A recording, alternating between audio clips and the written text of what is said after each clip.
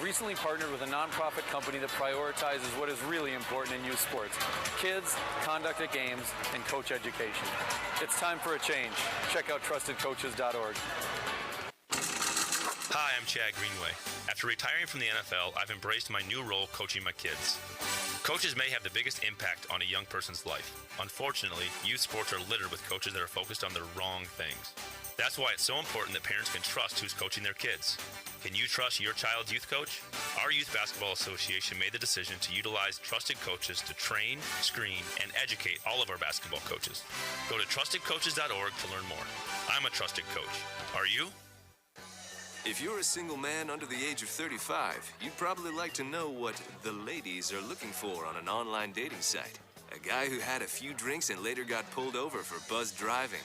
See, that could cost you around $10,000 in fines, legal fees, and increased insurance rates. And doesn't a guy who's back living with his parents but calls them my roommates just scream Mr. Right? Buzzed, busted, and broke. Because buzz driving is drunk driving. A message from the National Highway Traffic Safety Administration and the Ad Council. The SEC lives here. WGSX Lynn Haven, WTOT, W271DM Mariana, Holidays. ESPN Northwest Florida. Knocked away and intercepted. Ball game. Broadcasting from the Rib Crib Radio Room. The fairy tale continues. The Afternoon Underdogs are on the air. And the breakthrough for the U.S. 104.3 ESPN Northwest Florida. We are live. What is going on this sort of dreary Friday afternoon, right? But at least we got the Atlanta Braves playing. We've got some good NHL playoff hockey, Tampa Bay Lightning and the Maple Leafs, 6:30 tonight, back at Amalie. Can't wait for it. Hope you guys are having a great Friday afternoon, getting ready for the weekend. We'll go ahead and open up trivia, 850-215-6290. You're listening to 104.3 ESPN Northwest Florida. We're the Afternoon Underdogs. I'm David Hayes, along with Caveman Rick and AG Adam Golf. How you guys doing today? Awesome, man. Like you said, the weather's not so great, but we're supposed to have a good weekend, so get rid of it today and then enjoy the rest of the weekend. Yeah, a little bit of a cold front I've been hearing supposed to be coming along. I don't know what a cold front is considered in May, though. Is that just 70? Yeah, it's like 70. Like, oh, you mean beautiful weather. Maybe Thanks you just have very to turn much. the AC on in your house, and that's it. Yeah, man. Save a few bucks. Save a few bucks, and then a month later, give it all right back to FPL. So, a little endorsement here for Buffalo Rocks. Oh, listen to that thing, y'all. That is the Nitro Pepsi Vanilla Draft Cola. Oh, I better be careful not to spill any of that. Randy will kill me. But if you haven't tried one of those yet, man, I'm sure that anywhere that they supply Buffalo Rock, they'll have them there in the gas stations. You got to get your hands on one because it's if you like heavily carbonated beverages, it's not probably up your alley, but you should try it anyways. If you're like my buddy Brandon Walker, any drink he gets, no matter what it is, he shakes it up till it's just not fizzy anymore because he just doesn't like. He likes everything flat. He likes it flat, you know. I don't know why it is, but he likes it that way. I know he would love this drink, the Vanilla Draft Cola Nitro Pepsi, good stuff there.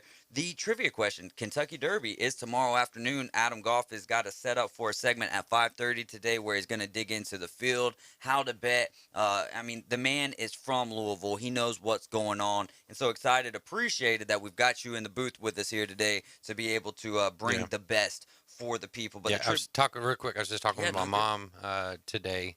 She called to wish me a happy birthday. And then she said, so are you doing the Derby show? Because last year you called in and you were talking to him and they said, we need to have you back for next year. And I'm like, and it just kind of worked out that it's Oaks Day, the day before the Derby, and it's on a Friday, which, I'm typically here anyway. So, and it's my man's birthday. So tell me about the last time your birthday landed on the same day as the Oaks. I was at the track. I was at the infield.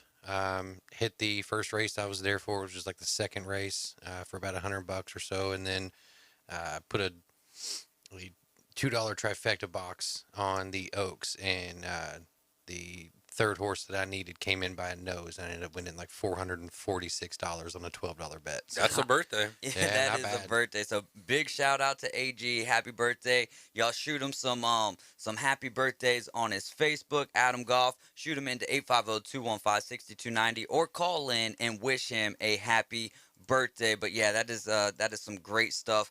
That's so awesome that it coincided perfectly for you to be back here with us and talking about the Kentucky Derby, man. I know we're all excited. I imagine sometimes, like my birthday, I was born on Labor Day, so every so often my birthday is on Labor Day. Right. So I imagine because your birthday being very similar, it does fall on Kentucky Derby Day, right? Yeah, next year should So be that's on awesome. Derby. Yeah, that's pretty cool too. Yeah. So it makes it nice for like parties and get-togethers. Have It's an fun. excuse to. It's a good time. The last time I fell on Derby, the wife was awesome and bought some seats, bleacher seats there on turn 4.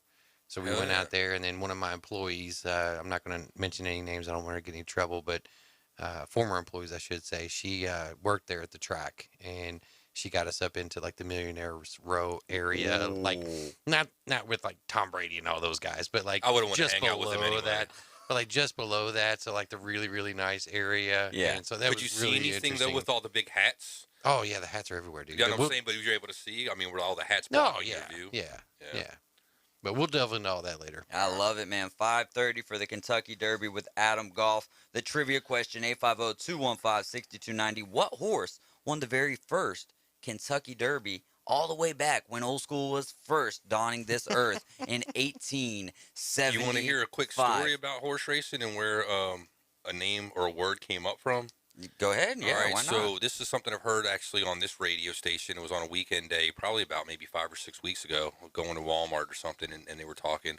And the word upset, when people get upset about stuff or there's an upset in sports, a big upset. That came from horse racing. That came from horse racing. The word upset isn't like in the vocabulary, I guess, of any language anywhere. There was a horse named Upset, and it beat some big-time horse that was expected to win. And because of that, and after that, that horse Upset won. That's where the phrase or the term upset came from, is whenever a big loss happens where somebody was supposed to lose or supposed to win and gets upset, is because of the horse named Upset. The more you know, man. Pretty crazy, though, right? Bringing knowledge, dude. I love that. That is great stuff, Caveman Rick, for real. 850-215-6290. The prize for today, really cool stuff. Just found out about this today with our new sales lady, Aubrey. She does such a great job for us here, and also bringing up sales. That reminds me. Keep your thoughts and prayers out for Boston Tim, Kat McKenzie, and Leanne Sports and True. We're all going through some things, but Aubrey brought to my attention today, we've got some tickets to give away for Rudu, which is a New Orleans cuisine, spirits, and music festival down there off of Beach Drive, and this is going to be May 21st. I think tickets are $15, but you can win them here with us. $15. It goes up to $20 at the door. Gates open at 11 o'clock. No outside food or drink, but you can bring chairs. This is brought to you by Destination Panama City. It's family friendly. Kids 10 and under get in for free. So, it's going to feature some of the region's hottest emerging artists. And the headline artist, I don't know if it's Bonarama or Bonarama. I'm not exactly sure how you pronounce their name. If you've heard of them, they're a legendary band in the New Orleans area. So it's going to be a great time, though. This is May 21st, and we've got tickets here for you to win. All you got to do is tell me which horse, very simple Google, y'all, which horse was the first to win the Kentucky Derby. 850-215-6290. Man, we've got the next Babe Ruth in the league. Shohei Ohtani right now is just doing fascinating things. Struck out 11 batters in 7 scoreless innings in a big win for the Angels there at Fenway, 8-0.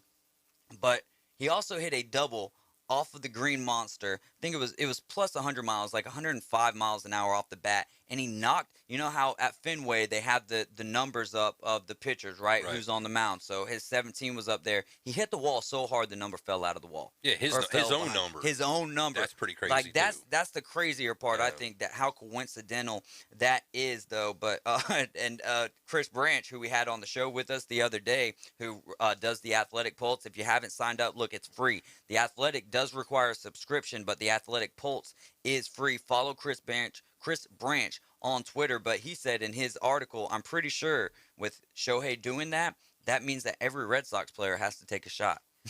Right on. Like the hole-in-one, or like, maybe he's got to buy everybody a drink. Yeah, for there you doing go. That. But bringing up Chris Branch and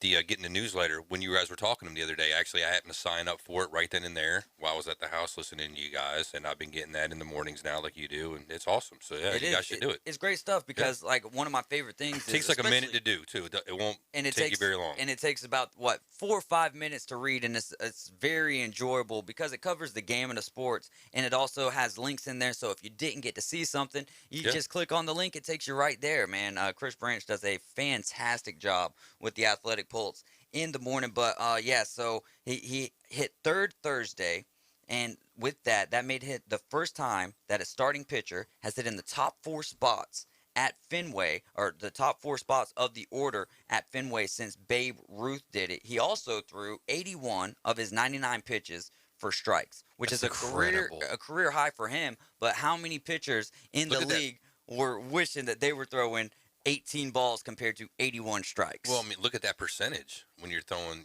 strikes to balls like that. And if you can keep that up, I mean, there's no reason why you shouldn't have just a phenomenal season if you can throw numbers out like that on a regular basis. Yeah, man. I mean, this dude, it's incredible because he's pitching even better in a sense this year, getting more comfortable with his command, and his bat.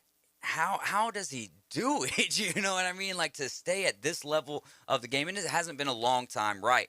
But won the MVP last year, and it's looking like, how is he not going to win it again this year? The only question is, can a Cy Young be included into that award? Yeah. Or into that award The shelf thing about that he's got? Ohtani is like we've talked about this, before the baseball season started, about, I think the Angels were everybody's sneaky pick, right, for the West. Yeah. In the American League. You look up and down their lineup, they have like 5 or 6 guys with, 10 plus RBIs. So the fact that he only has 13 RBIs when everybody else is up around 20 right now, as far as the leaders go. Right. It speaks volumes that he's still producing, even though there's people before him and after him that are getting runs across the board. Mm-hmm. So, he's only hitting 240 right now, but his slugging's up around 400 right now, or his on base percentages, I believe. So, I mean, this kind of start following what he did last year is impressive, regardless of his average at 240 right now. Well, when his average, if you look at the average, okay, so it's 240, but then you're talking about like his strikeouts and what he's doing on the other side of the ball. I mean, that's almost the equivalent of saying he's got over a 300 batting average then, if you take into account all the runs he's taking away from the other team, look at it from that point of view. No, that's a fantastic takeaway right there, Caveman Rick. Also in the 4th inning, Ohtani matched another Red Sox Hall of Famer by becoming the first starting pitcher to record a hit at Fenway since Roger Clemens did it all the way back in 1996. Ohtani and Clemens are the only starting pitchers to record hits at Fenway in the designated hitter area. Era. Oh, man, dude. It's special what we're privileged to be getting out of the game of baseball. As much complaining as we have going on with the balls and the sticky stuff and even the steroid era making its, rearing its ugly. Zones. Yeah, strike zones, cheating with the Astros. Baseball is in a good spot with this special player right here, this young man in Shohei Ohtani, and then the stars. I mean, you got guys like Fernando Tatis Jr., Ronald Acuna, Juan Soto. I mean, guys.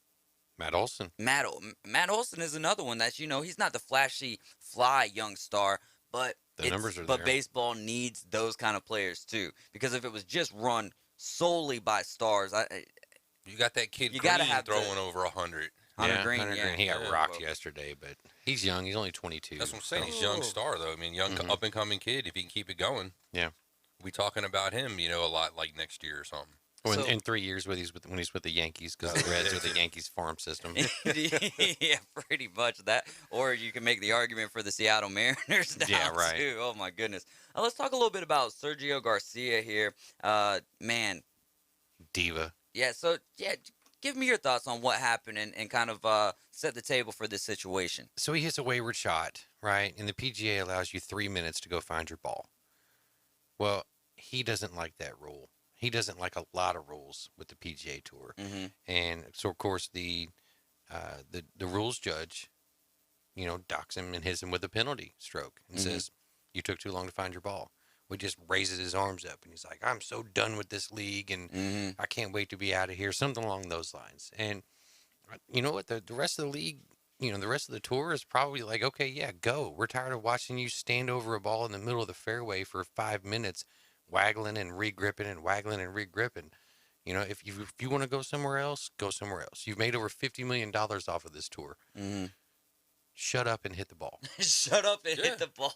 Word. That's a good way to put it, though. And I mean, it's a gentleman's game, right? And they have the rules, and you know this going into it, and you get your time, you get your 30 minutes. It's not like a weigh-in where, like, if you miss weight, they give you an extra hour to make your weight or something like that, And, they even got spotters looking for the balls, too. So it's not like you got to do it by yourself, and they're looking for galleries for the ball to when bounce you're off walking of. from the tee to wherever your ball is lost, they're out there still looking for the ball, and the time doesn't start until, like, when you get to where the ball's supposedly at, right? They don't count all that time when you're walking up there, and it's from the whatnot. time that you begin searching. That's what I'm saying. So you have to actually approach there. So if you're smart, let the spotters run around and take your time getting your butt over to where the ball is at, you know what I'm saying, to give them more time maybe to find the ball. Yeah, I mean, just a crazy situation. I know Miles earlier, we were talking with him, and he was saying that it wasn't the Saudi League, but I think all signs are pointing towards when he That's what said, he's "I hitting can't at. wait to get out of Follow this the league." money. Yeah, exactly. And there's going to be a lot of, I believe he's a a lot of foreigner. those, I feel like a lot of those older players are absolutely going to be migrating, maybe not quickly, but slowly but surely headed that way. And this brings me real quick to a segue of Phil Mickelson. I don't want to bring up all the other stuff, but there was a headline today. He had more than $40 million in gambling losses. This is basically according to a book. Alan Shipnuck is putting out an unauthorized biography of Phil Mickelson here, and so he posted an excerpt on his Fire Pit Collective site Thursday. But the Telegraph in London cited sources saying that Mickelson has already received $30 million from the Saudi League up front, and he must appear in each of the 8 events that make up the LIV Golf Invitational Series. The tournaments offer $20 million in prize money with an additional of $5 million for team play. Okay, so there's your reason for him going to the Saudi League. Yep. You're $40 million in debt to bookies or this whatever. was like 2010 to 2014. Yeah, but How much still, he's recouped of that? right, and we'll that's never just know. what's been reported by somebody that's unauthorized, right? Right. So you think, okay, so here's another question for you. Who do you think has a bigger gambling loss, Michael Jordan or Phil Mickelson? Oh, Michael Probably Jordan because he's got more to lose. Jordan had to go play baseball because of his, and maybe that was just because he was spotted with the wrong crowd too many times. Who I don't think we will ever, until Jordan passes away, and probably 5 years after that, I don't know if we'll ever really get into the real details of what's going on. Man, I want to get into some of these other headlines real quick. Charles Oliveira was supposed to be taking on, or he's still taking on Justin Gaethje tomorrow, but he missed the 155-pound limit by half a pound. Has been stripped of the title, so now both of them could win the fight, but only Gaethje can win the title here. So Yeah, get the belt. Man, half pound. We're gonna have to talk about this at some other point in the show today, and then also another question. Man, we've also got a couple of questions from Colin Wright in another universe. What NBA super duo would you love to be able to pair up on your team?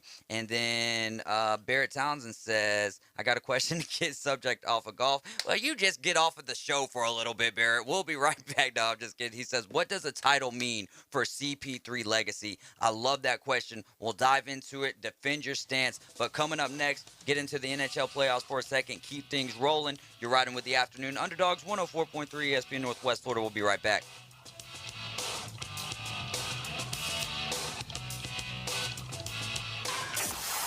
ESPN Northwest Florida. Mike Greenberg. Greeny.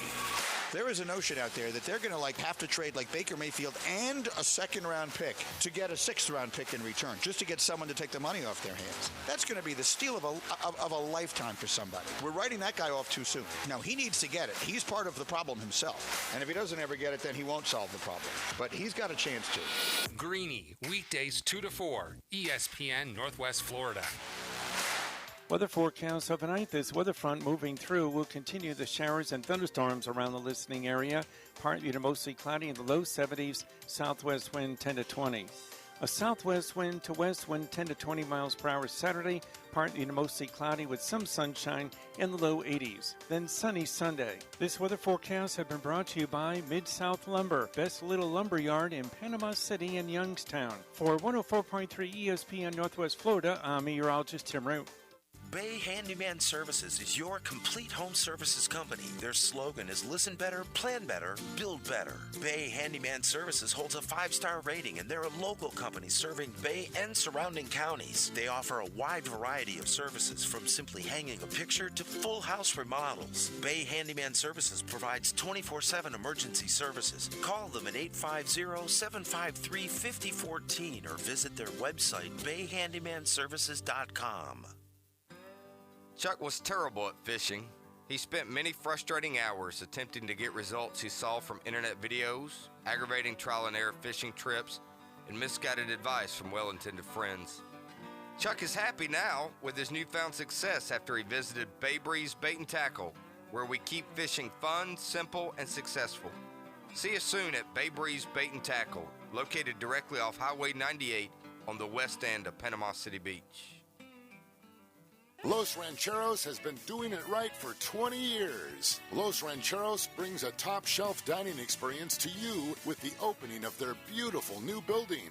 Watch all college and pro games on Los Rancheros' 14 large-screen TVs, with great drink specials daily from 2 to 5, and during all the games. Los Rancheros, the place for live sports and great food, on 23rd Street between Jenks and Harrison.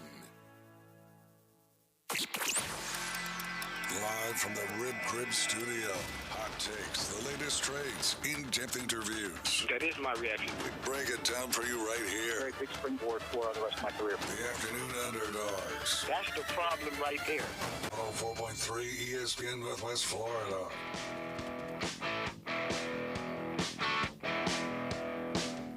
And we are back, and we're about to get into our top 365 golfers who never made it to the PGA Tour.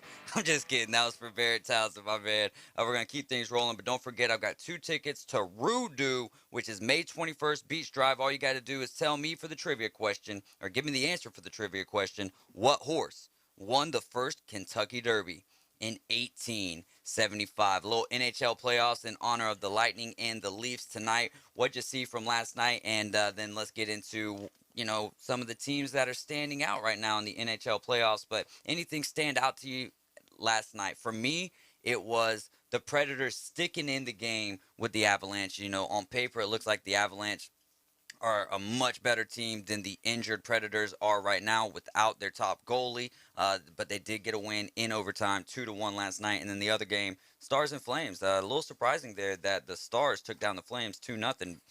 Shutout for shutout there in that series. Yeah, it's been low scoring in that series. It hasn't been a plethora of goals, kind of like in the Tampa and Toronto series. I'm sorry, I almost said Montreal. But yeah, low scoring, which I thought was kind of odd. You would think the Flames would probably put up a lot more goals since they got a lot more firepower. Stars, not so much. I'm not kind of surprised with them. What's standing out to me in the games or the series that were played last night, one being the Panthers actually tied with the Capitals. I would have thought that maybe they'd be up 2-0 actually. One little caveat though in that series is the goaltending, Sergei Bobrovsky. I know as being a Philadelphia Flyers fan, we drafted the guy and started out great goaltender. We thought he was just going to be a phenomenal star and, would grow with us. And then he just, for lack of a better term, people called him Space Cadet. The guy was just kind of like all over the place in the way he thought about stuff, the way he talked about stuff, and just kind of aloof. And that was part of the reason why once his numbers took a turn for the worse a little bit, they moved on from him, which was kind of dumb because we were talking earlier. He's got one of those Bobby Bonilla type contracts where we're still paying him a crap load of money, a few $1 million a year for quite some time. It's so interesting because Bobby Bonilla is not even the worst contract, but they call it, like he started it all. Yeah, that's where it started, for the most part. So. For the most part, but it would be interesting to dive back in because I know it didn't start there. I know for a fact it didn't start there. I just don't know the name of some of these other guys who had contracts that were backloaded and they were continuously paying for them. I know the Braves have somebody on their payroll that they're still paying from the 80s. It's probably Sid Bream for the slide. It might be. It's like a badge. This is just a royalty. So Right, here you go, buddy. That'd be a badge of honor for me if I was a general manager to not have that on my record. Yeah. Or on my. If you have a World Series title, is it worth it? Or if you have a Stanley Cup, is it worth it? Maybe so, I guess. I think so. But hold on. If Take me to Wimbledon. I don't even play tennis, but I'll take it. If it's with the same team, maybe. Because if you did something like that with one team as a general manager and then left that team in shambles with a bad contract, and you moved on to someplace else and won the cup or something, then I don't like that idea.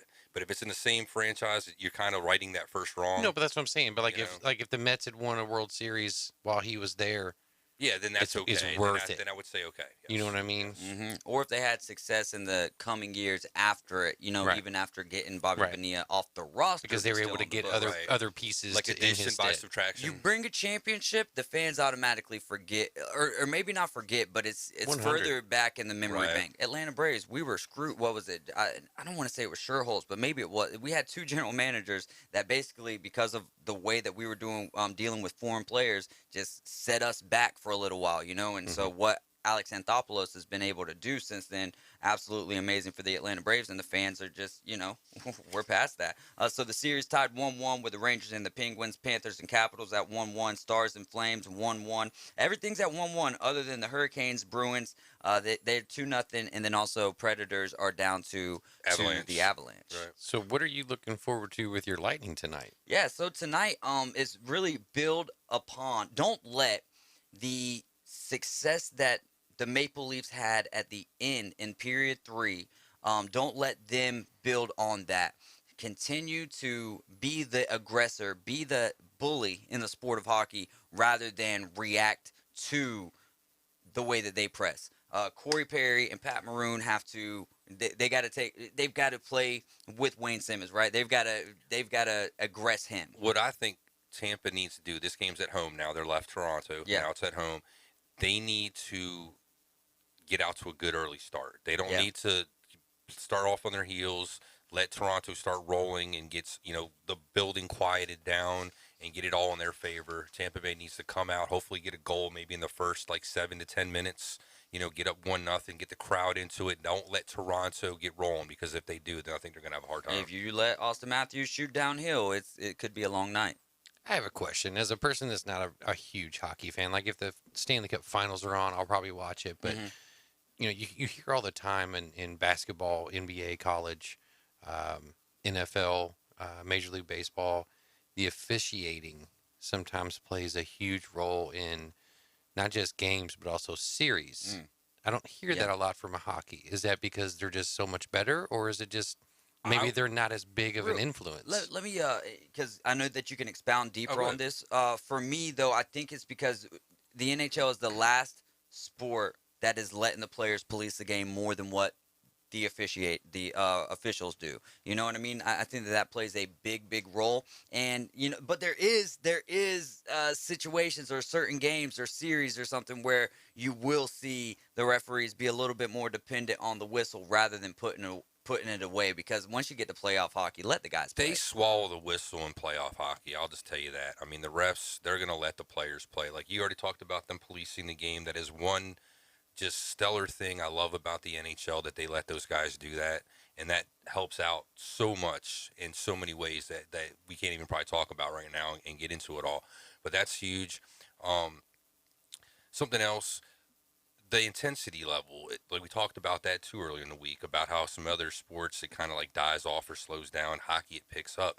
And if they did have a lot more whistles and whatnot, you wouldn't allow the pace of play to continue that way. So in order to have that pace of play, you do actually need to put that whistle away so that you can let the games kind of roll and proceed the way they need to.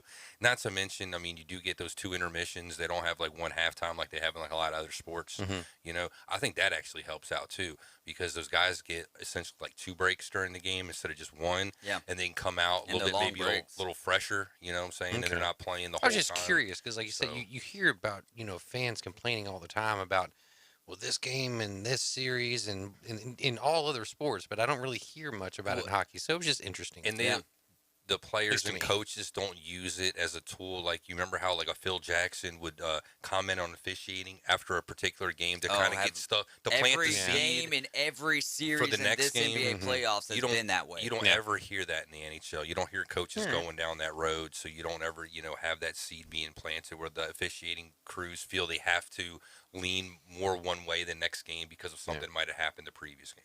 No, wasn't trying to sidetrack. I was just curious. No, you're cool. No, it's awesome. Because I think that is such a great point about it. And I'm just so curious all the time. And I understand that unless you've been to a game, you're just not going to understand the game or not understand it. That's not. Appreciate. Yeah, you don't get that environment feel. But just watch a little playoff hockey, listeners. Like, just wait till the third period of a game, click it on, and just watch. Just watch those guys. It's the only sport where you can fight. It's the only sport where it combines all the sports, basically. You know what I mean? Yeah. Like, it's a fantastic sport. I'm just perplexed at why it's not as popular as what it could be. Ballet played on knives by the guys the size of linebackers. Okay. All right. I mean, yeah. For sure, I would say that it's football on skates, but try to get someone interested in it rather than you say ballet. They're like, okay, yeah. But I mean, cool. try to skate. You know, Yeah, it's graceful. doubt. It's harder to do than a lot of. And they have sickles. And they have sickles. Well, I wanted to get into some other things, but we'll keep it rolling. What do we got planned here at 4:30? We'll talk a little bit about the Redlegs and the Atlanta Braves. If not, we'll get into some other headlines. You're riding with the Afternoon Underdogs. It's 104.3 ESPN Northwest Florida. We'll be right back.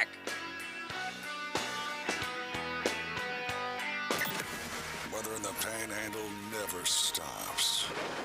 Turn to 104.3 ESPN Northwest Florida and staff meteorologist Tim Root for up-to-the-minute weather reports all day long. Moving northwestward into the Gulf of Mexico by the weekend. In-depth storm coverage. Gusty winds up to 60 miles per hour. And breaking weather as it happens. We do have a tropical storm warning. ESPN Northwest Florida. Rely on it. At Slim Chickens, craft means something. Craft means bacon. And oh, so crispy. Kraft means a good cayenne kick. And all-natural buttermilk marinated, made fresh, perfectly fried chicken. All served on toasted brioche buns. At Slim Chickens, Kraft means quality. And for a limited time, try our new Memphis-style barbecue chicken sandwich. Try Slim's Kraft sandwiches today. Slim Chickens. Golf Plus is your premier golf shop on the Gulf Coast. Not a big box or a chain store, but a local store with golf experts to serve you. An amazing array of demo and fitting products, plus a professional repair shop that can handle anything from a basic re-grip to a full set of re-shafts and everything in between. Golf Plus has locations in Dothan and Panama City Beach to serve you. Come see them today for all your golf needs. Located next to Firefly at the shops at Edgewater. Call 850-249-2726. Bay Breeze Bait and Tackle, this is Tim. Do y'all sell bait? Yes, we seasonally stock live shrimp, live bull minnows, live sand fleas, live fiddler crabs, earthworms, night crawlers, crickets. We also stock frozen shrimp, sand fleas, mullets, squid, pre-rigged ballyhoo, bonita, stingray, cigar minnows, Boston mackerel, Spanish mackerel, and a few other miscellaneous baits. It's worth the drive to buy premium locally sourced bait from Bay Breeze Bait and Tackle, located directly off Highway 98 on the west end of Panama City Beach. In 22, the thing to do is reboot the whole family at That Boot Store. With name brand Western wear for the smallest to the largest Wrangler is available at That Boot Store. Need durable name brand Carhartt work clothes at a price you can afford? Stop by That Boot Store. Next to Billboard Kia on 15th Street. Open Tuesday through Thursday 9 to 5, Friday and Saturday 9 to 5:30. Remember Joe's motto, always keep Jesus in your new year. The #1 SEC call-in show is now twice as big. It's double the Paul Feinbaum Show. Weeknights starting at 6. Okay, but also go faster.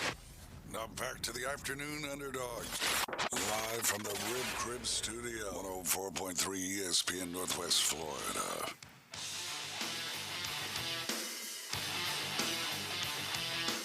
And we are back. 850-215-6290. What horse won the first Kentucky Derby in 1875? Quick Google will give you the answer. You'll get 2 tickets to Roo-Doo May 21st off of Beach Drive. It's going to be a blast. Gates open at 11 a.m. and they've got some great bands. It's going to be a New Orleans night. Well, New Orleans day over there off of Beach Drive. Let's get into the Cincinnati Reds, but first let me tell you, where you need to go, who you need to call if you're looking for any type of handyman services, and that's Bay Handyman Services. They listen better, they plan better, and they build better. 850-753-5014, or you can reach them on their website, bayhandymanservices.com. They have 24/7 emergency services, and they still hold a 5-star rating. Anything from hanging pictures to full house remodels. All right, so can they fix the Reds?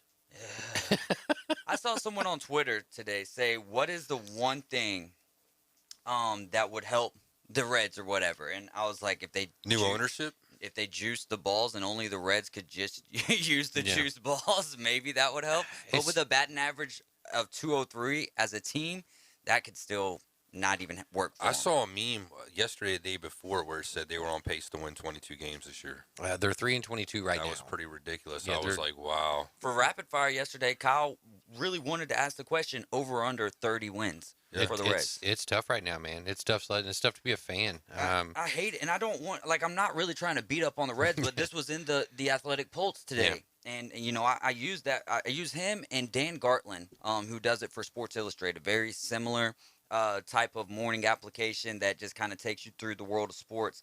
The record is 3-22 for the Cincinnati Reds, which puts them on pace for 142 losses this year, which would leave them with 20 wins. Wow. Like I said, like I said, that meme a couple days ago was pretty accurate. So the run differential is minus 87. The next closest, minus 39. That's ridiculous. So that's a ways off. They're batting 203 as a team this year, which is not the worst in the league. Yeah. Who is the worst in the league? The Arizona Diamondbacks, who have a record of, wait for it, the last place in the National League West. They're at 500 at 13-13. The whole West is at 500. But That's we've what got I'm saying. Ken on the phone. He has got an answer for us. Oh, Ken, what's going on, my friend? Hey, how we doing? Oh, Excellent. man, we are doing blessed here in the Rib Crib Radio Room. How are you? Yeah, doing well, doing well. So you got an answer for the trivia question on the first horse to win the Kentucky Derby? Yes, Aristides the horse. Yes, sir. A chestnut thoroughbred named Aristides. Yes, sir. Aristides. Aristides. Mm-hmm. Aristides. Yes, sir. Hey, have you ever been here to pick up a prize package before? Yep, once before. All right. So we're open from about 9 to 5 Monday through Friday, and you can come pick that up, and we'll have you set up with your 2 tickets, which are going to be armbands. You show up at the gate 11 a.m., and we're also going to throw in an ESPN T-shirt with that. So if you feel like wearing it to represent, we'd love it. Awesome, awesome. Thank you so much. Hey, Ken, do you have a Derby horse for tomorrow? No, I don't. All right. Well, listen at First place 5:30, winner. and we'll cover all that for you. Okay, bud?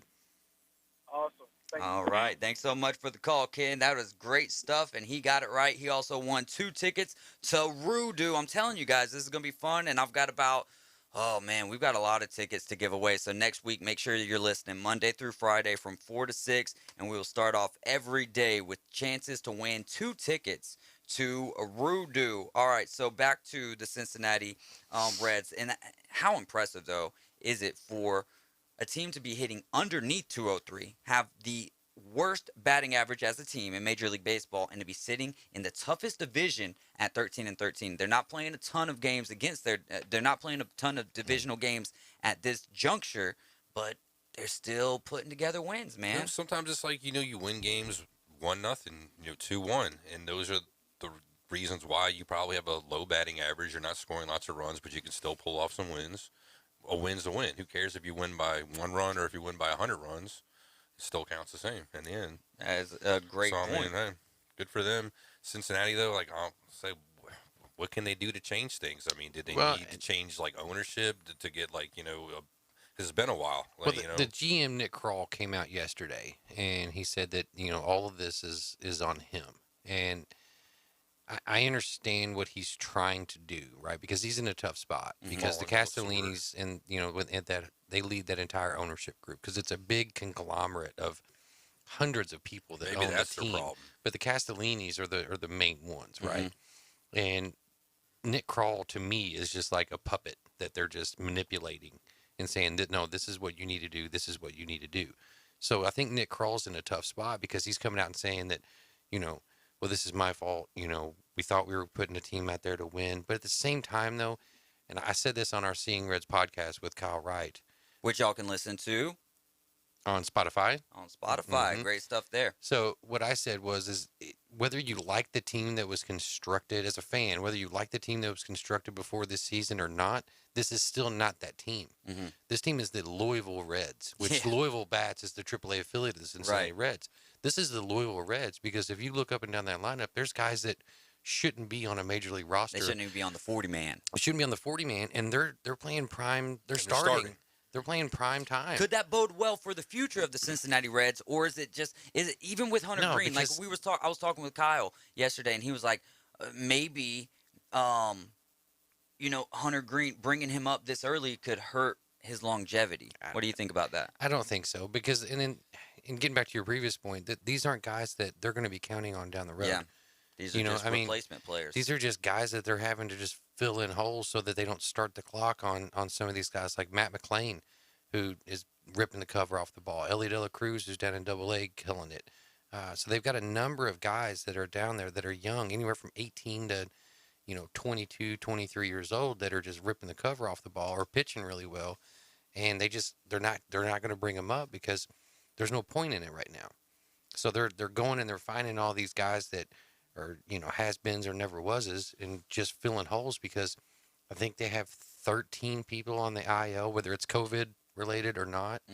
I got Jonathan India brutal. on fantasy baseball, and it's just been a whirlwind of, am I going to have you today or not? Well, he came back for 3 games, was hitting the cover off the ball, and then he's done again. Yeah. But, I mean, tell me a team other than maybe the Dodgers, and I don't even think them, that could handle 13 players, like key players on their IL.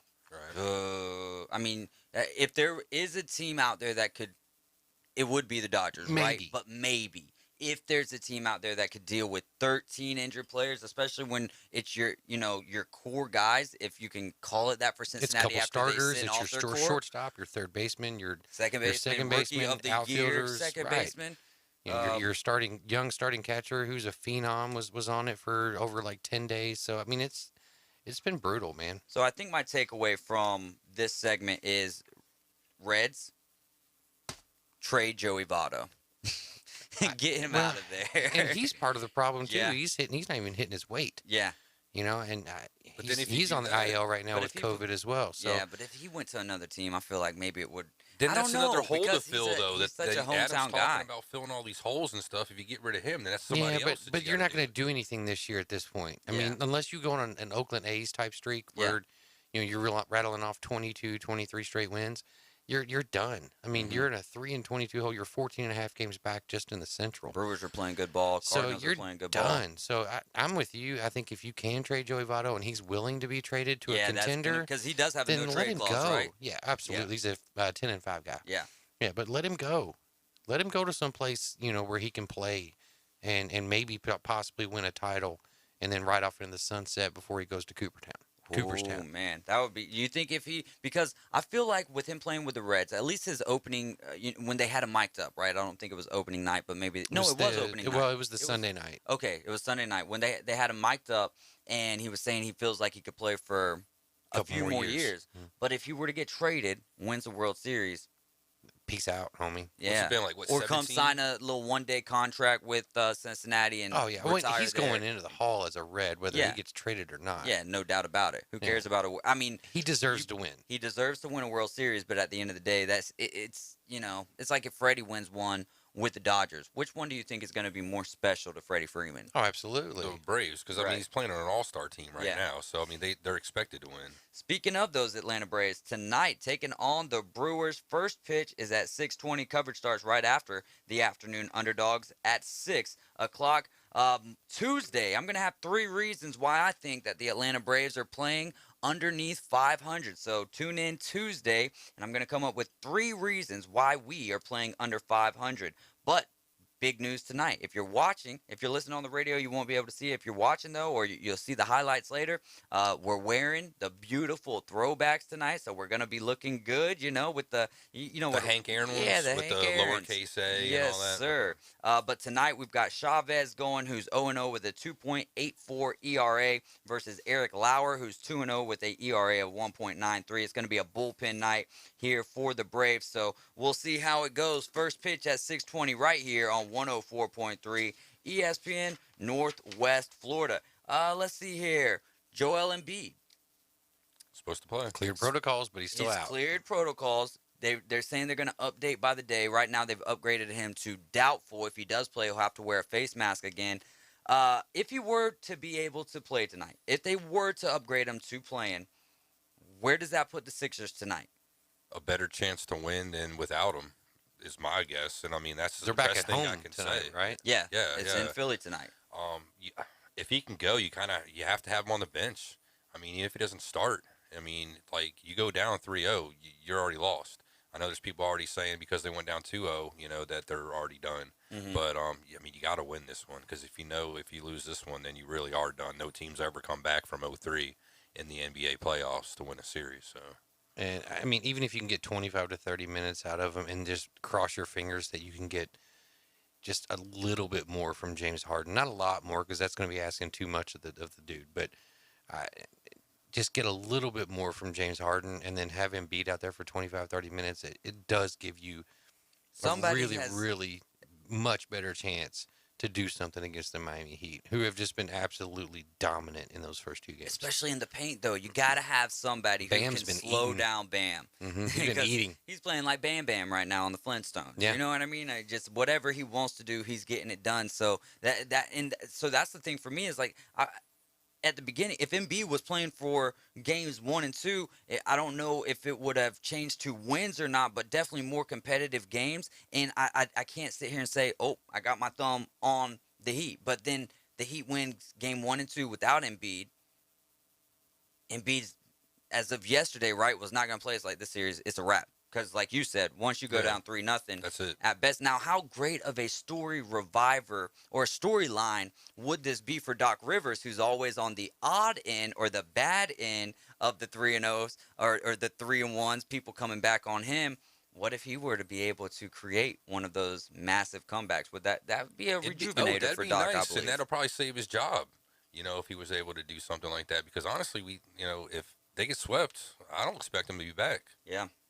And it's a shame. I like Doc. Yeah. So, I think he just needs, I don't know, man, because he's had some really good teams with the Clippers. I hate to use this line again, but hey, it's par for the course. Got a title with the Celtics. Yeah, he did get a title with the Celtics. What'd you say? I hate to use the line again, but him, like we talked about, choking and failing in the playoffs is par for the course. The guy's phenomenal during the regular season. Playoff time, he just seems like he just falls off the table or just doesn't know what he's doing. We got to get to a break. When we get back, it's time to defend your stance.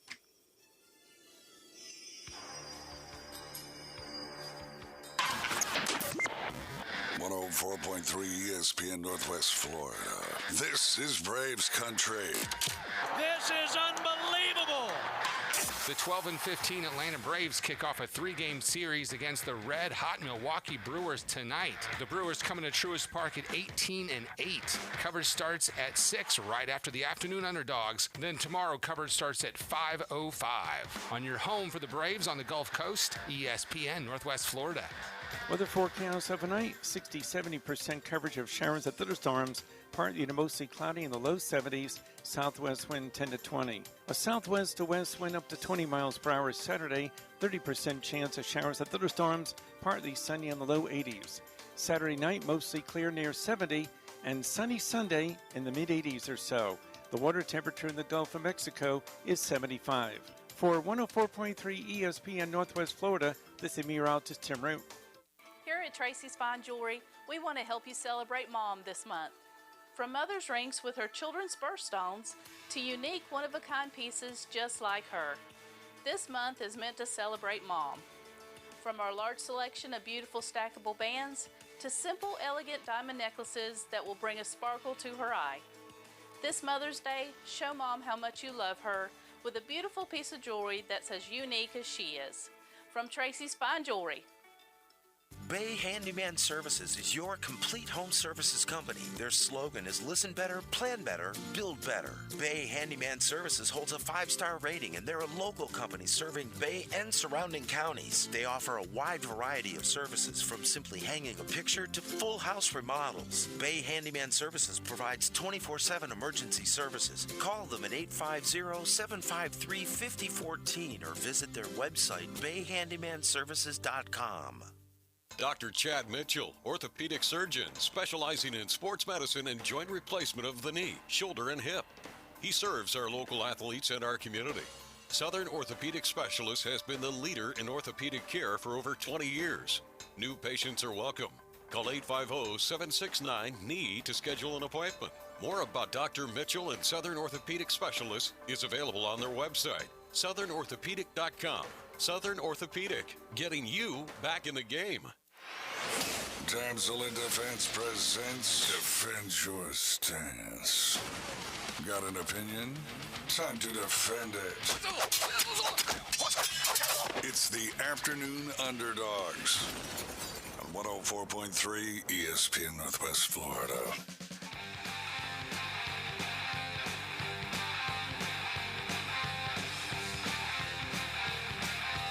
This is Defend Your Stance, brought to you by Emerald Coast Damsel, Independent Damsel Pro. For Damsel in Defense, we're going to be at the Bay County Fairgrounds June 4th and the 5th. Hit me with the tagline. We pity the fool who don't use our tool. Yeah, man, you got to come in. I wanted to get it done today, but, you know, John's up there in the production room working and stuff, so maybe stop by someday on your lunch if you get Jimmy John's or something. Yeah. And Jersey Mike's had it today. Firehouse. And none of those are our sponsors, so we just gave away free plugs. We're done with it.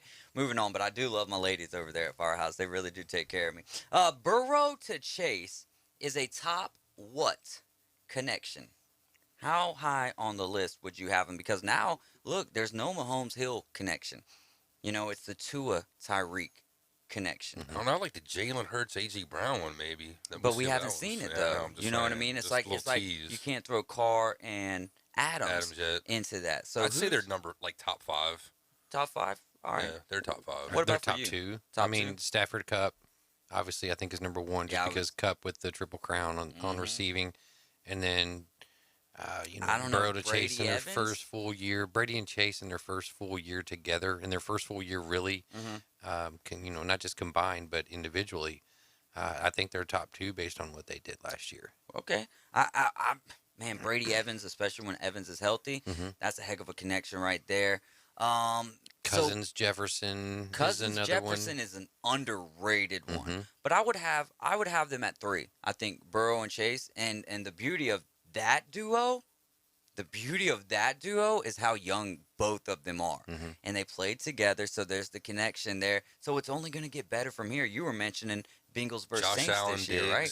Yeah, Bengals are at New Orleans this year, which is good because that game was rumored to be one of the European games. Yeah. And, so then we weren't going to get that. So we weren't going to get that homecoming potentially for Burrow, Chase, Collins. They got to celebrate the 2019 LSU championship. Right. There. So now, so it's going to be awesome to see those guys go back to the Superdome and play that game there. But you just had a really good one right there with Stephon Josh Allen and Diggs. Diggs. Yeah, that's top 1 for me. That's a really good one. I think the top one is definitely Kupp and Stafford, though. Just the Triple Crown. I mean, obviously Rodgers and Devontae was there, but now that's no longer. Yep. I just think with Josh Allen throwing the deep ball and Diggs just being that quick guy, they got a lot of potential. Mahomes Kelsey is one. Since Mahomes doesn't have Tyreek, I mean that connection is definitely doesn't worthy. Have to be wide receiver. It could be tight end. Yeah. DK Metcalf, Tyreek Hill in a race. Ooh. Let's put it into 2 different size races, right? Like a 40-yard dash between the 2, and then a 100-yard dash or a 100-yard race, if you will, because that those are important to figure out what the parameters are going to be for how you're going to go about this. Right. But there's been some murmurs of it maybe happening. It might not happen. DK or Tyreek in a 40-yard dash. Who you got? For the 40-yard, I definitely take Tyreek Hill. Yeah, the cheetah. I think I would go with the cheetah and I think I am as well. Right off the starting block, I think he's gonna win out. So I'll take. So we're all going Tyreek in the 40. Now in the 100-yard dash, or do we go 100 meters? I was just thinking 100 yards because keep it yards. Keep it football. 100 yards. So man, DK, we've seen. I say DK on that one. We've seen DK chase some guys down, but we've also seen Tyreek do it. I think after about 80 yards, that's when you'll start seeing DK make strides. The difference, yeah. And then if he's got to make up a little bit or take over, he'll be like the freeze over in the Atlanta Braves games. Those guys got a decent head start, but by like 2/3 around, he's gonna pass them by, boy. But Actually, last year when I was up in Atlanta, I think tomorrow was going to be a year to the day, and that was the Braves' first full attendance game last year. Yeah, I remember that. When I was up there, and then shout out Sunday Night Baseball when I was on there for about 10 or 12 seconds, whatever word. But yeah, he actually lost a race the first game when I was up there. He got beat. Yeah, the Freeze got beat, man, and that dude got him some whatever Raceway gift cards or something like that. That's pretty neat.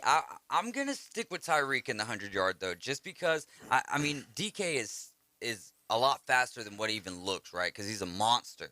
But I still would just stick with the speed until I see differently. I think that Tyreek has, he's got some afterburners he could turn on What you at got, 80 Adam? yards. I'm going to go with DK on this one on the 100 yards. Yeah, I feel like he's going to be like that thoroughbred that needs that competition. He's going to see Tyreek ahead of him, and it's going to spur him on. Yeah, you were mentioning a horse when we were talking pre-show that is the late charger. Yeah, late charger. I Mhm. can't wait till 5:30. AG is going to be getting into the Kentucky Derby. I'm ready for that tonight. Suns and Mavericks. Odd how the NBA did this tonight, right? It's supposed to be the Bucks and the Celtics. Well, I can't say it's supposed to be, but it would make a lot more sense if the Bucks and the Celtics were playing tonight, and then the Warriors. I mean, I am yearning right now for some more of that. Not Mavericks. Grizzlies and Golden State Warriors. I'm loving that series, so I would much rather watch that tonight, but they moved it over to tomorrow, and it's Chris Paul's birthday. So over under 34.5 points for Luka tonight. Over? Yeah, he has to. Yeah. Has to. Well, I mean, even in 45, it still wasn't Jalen, enough. though, right? Jalen or Spencer? It's Spencer. Spencer's the big one there. I mean, the dude has got to step up and do his thing. Jalen Brunson, I think what we saw the round one was great against the Jazz. Can he keep that up? I don't think so, but we've seen the ability from Spencer Dinwiddie to do it. He's just got to be more consistent with it. They've got to have that third scorer. I think it's going to be the under. I just don't see him. I think they'll probably lose the game and not have a good showing by Luka. I didn't have this one originally on here, but over under, and it's got to be both of them, 20.5 points and 12.5 assists for CP3. 20.5 points and 12.5 assists. Will he hit those numbers tonight for both of them? Over on both. Over on both? No, I don't think so. Under on both? No, I think he'll get over on the points, but under on the assists. All right. I'm going to say, man, because he's got Book to feed it to, and Ayton is playing very well inside. Yeah, but I don't think he's going to be playing in the fourth quarter. Chris Paul? Yeah. Yeah, that's a great point, man. That might be a good point. I didn't think about that. Because that would change. That would. If you saw the first half of that game the other night, right? And the Mavericks come away at halftime with the lead, there's no way that you think the Suns are about to win by 20 points. Mm-hmm. You know what I mean? That's just absolutely crazy. Who's got a better chance of winning Game 3 tonight? The Mavericks or the 76ers? No, the Mavericks in my book. Mavericks? Yeah. I think the Sixers. I do, because they're back at home. And we've seen, especially in this playoffs, like, look at what the Celtics did against Brooklyn, against the Bucks Oh, the other wow, night without yeah, Marcus the bounce Smart. back. Yeah, just having that ability, like, you've still got some teams that are out there that still has talent. Like Maxey is Maxey's good. But Dallas isn't out with their star player though either. No, but what I'm saying though is we've seen that kind of reaction already just this year in this playoff. So we've seen the Dallas team that we're going to get. I don't think we've seen. Even with Embiid on the floor, the best of the Sixers. So. That's a great take. We've only got about a minute here. Any problems with the Tannehill statement saying that he's not there to mentor Malik Willis? I don't have a problem with that. There's nowhere in your contract that says that you're supposed to mentor the guy that might potentially take your job. I mean, it's an indictment on his confidence, I guess, if you will, because if you thought you were the number one guy and you had nothing to worry about, then why not go out there and show him how to be a quarterback and just be the leader of a team? What you think, AG? I mean, I get it, but at the same time, it's like, dude, you're there to win. Mm-hmm. You just lost in the playoffs. I had to go to therapy over it, man. He took that loss hard. Right. I mean, So, that's... Get over yourself.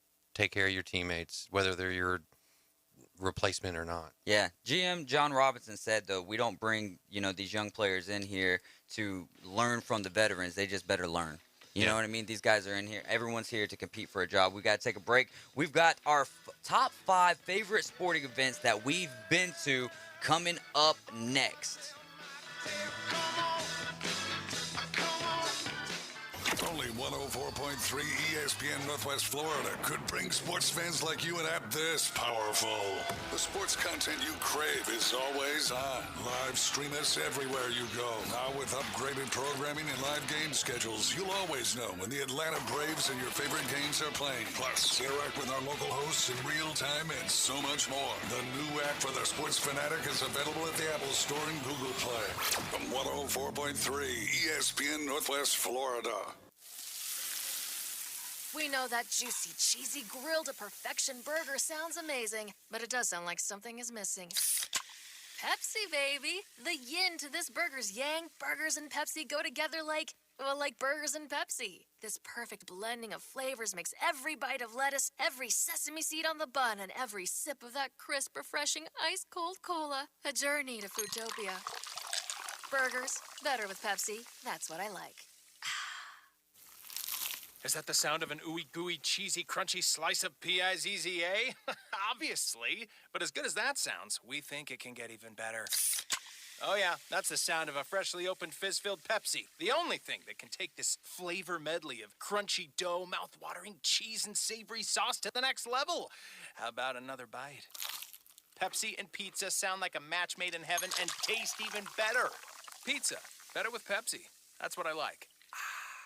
Mid-South Lumber has new owners. Stop in and visit Ann and Dave. They're on site every day to make you a priority. They're not the typical big box store, and customer service is their #1 priority. Locally owned and operated for over 40 years. Transform your home with James Hardy Siding. Durability, fire resistant, sustainability. James Hardy Color Plus is virtually maintenance free and comes with a 30-year warranty. Mid-South Lumber, the biggest little lumber yard in Panama City. Atlanta Braves play here. WGSX Lynn Haven, WTOT, W271DM Mariana. Powered by Pepsi. ESPN Northwest Florida. Y'all listen up. Let me tell you something about group meals from Rudy's Barbecue. It's got all you need for all the folks you gotta feed. Smoked meat, sides, and more. There's everything down to the tablecloth, just like the one that you see at the store. At a bridal shower, it's better than flowers. And a long-distance meeting, it'll pass the hours. It'll feed all the cousins at a family function. It's better than potluck at a church luncheon. Next time you need to feed 10 or more, call and order a Rudy's group meal. Next in line. There's no need to fear. The Underdogs are here. The Afternoon Underdogs are on the air. What time is it? Broadcasting from the Rib Crib Radio Room. Time to let the big dogs eat. 104.3 ESPN Northwest Florida.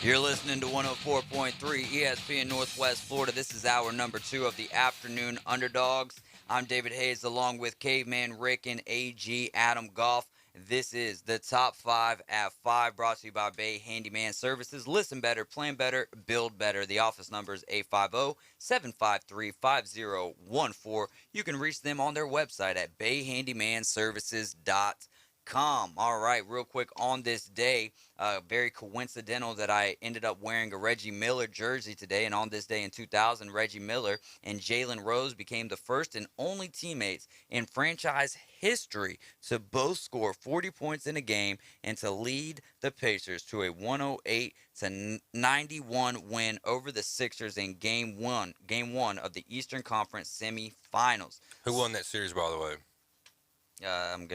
We did. Yeah, the 76ers, man. Sorry. I was going to say I'm just going to plead the fifth, but oh, yeah, Philly fans always bringing out the worst in us. We're going to probably lose tonight anyways, so hey, we'll see how it goes. Hey, but Adam brought up this segment for today, the top 5 sporting events that we've been to, so I'll let him lead us off here. What is your number 5? Well, I'll go ahead and start here with my number 5, and that is going to be the St. Pete Grand Prix. Oh, my dad got us some tickets to that when we were younger. I've never been to really any type of real racing event, and then you go there and you're just kind of on the streets. We did get some VIP pit passes or whatever, and so that was pretty cool to go back there and see the vehicles and how they operate and stuff, and it's a lot of fun. It's really loud. So the St. Pete Grand Prix is going to come in at number 5 for me. Do we have someone on the air with us? Yes, we do. All right, go ahead, caller. Who we got? Hello. Try that one. You there? Can you hear us? 850-215-6290. Give us a call back, and we'll get you right on the air with us. What you got for number 5, Caveman Rick? For me, my first St. Louis Blues game when I was living in St. Louis, it was St. Louis Blues versus the San Jose Sharks, and it ended up in a 3-3 tie at the end of the game. Actually, first tie game I went to for a hockey game, too, so it was kind of cool. Yeah. So that was before they had changed the rules up for overtime? Oh, yeah, this was like in 94, 95, something like that. I still can't believe you don't like overtime hockey in the regular season. I mean, regular overtime before, like, you know, when they finish in a tie, I'm fine with it. And the 3-on-3 format I do like. I mean, it's exciting, but I'm just a more traditional guy. Like the Philadelphia Flyers, don't want to go off on a tangent, but we got the longest streak without a loss because we went 30 games. That's 20 wins and 10 ties consecutively, which is pretty impressive to go 30 games without a loss. You can't do that with wins and losses now, you know? Yeah, that's such a great point. AG, what's your number 5? Or do we got some? We got him on. Okay, all right, go ahead, caller. Hey, what's going on, gentlemen? How is it going, man? We're doing fine. How are you? Hey, you there? Yes, what sir. you got? Oh, this is Greg. Yes, G-Man. Yeah. What's going on, brother? Not much. What's happening, man? Just sitting in here rapping about some sports, man. What you got going on, brother? Hey, I just wanted to call real quick. You guys were talking about Tannehill before the break, and you know, now it's coming out that the Titans were actually trying to get DeAndre Hopkins and one other quarterback in the offseason. They finally have realized that Tannehill is just nothing but a serviceable quarterback, and they can't win. They're not going to win a Super Bowl with him as their quarterback. Well, then I guess that's going to be y'all's next guy to have, right? Who's that? What do you mean? You're going to have Tannehill for the Colts. I mean, you guys went from P-Rivs to Wentz, and now you guys will have Tannehill. Nah, we'll be all right with Ryan for a couple years. We'll be all right. Yeah, Ryan Tannehill. Yeah, Ryan Tannehill. I'd rather have Matt Ryan at this stage too, especially with the way that we're a run first team. I don't think that it's a necessity to have a mobile quarterback. You know what I mean? No, but you have to have one that is able to bring you back if you do happen to get down. And Tannehill's just not going to Tannehill's not going to light the scoreboard up. Let's put it that way. Yeah, no, 100%. And I believe that the other two quarterbacks that they were talking about was Aaron Rodgers and Deshawn Watson. Yes. Yeah, that sounds right. Yeah. So, man, I mean, I would not have been a fan of Deshaun Watson, not because of first of all, wouldn't want to pay him that kind of money, and secondly, it has nothing to do with the talent as much as the unknown of what's going on with him right now. Oh, I'm really glad the Colts didn't go after him. Believe me. I think y'all got they might have went after him. They just might not have got him. I don't know. They're pretty. Chris Ballard, the GM of the Colts, I can't see him going after something like that with so many question marks surrounding it. He's pretty solid draft GM.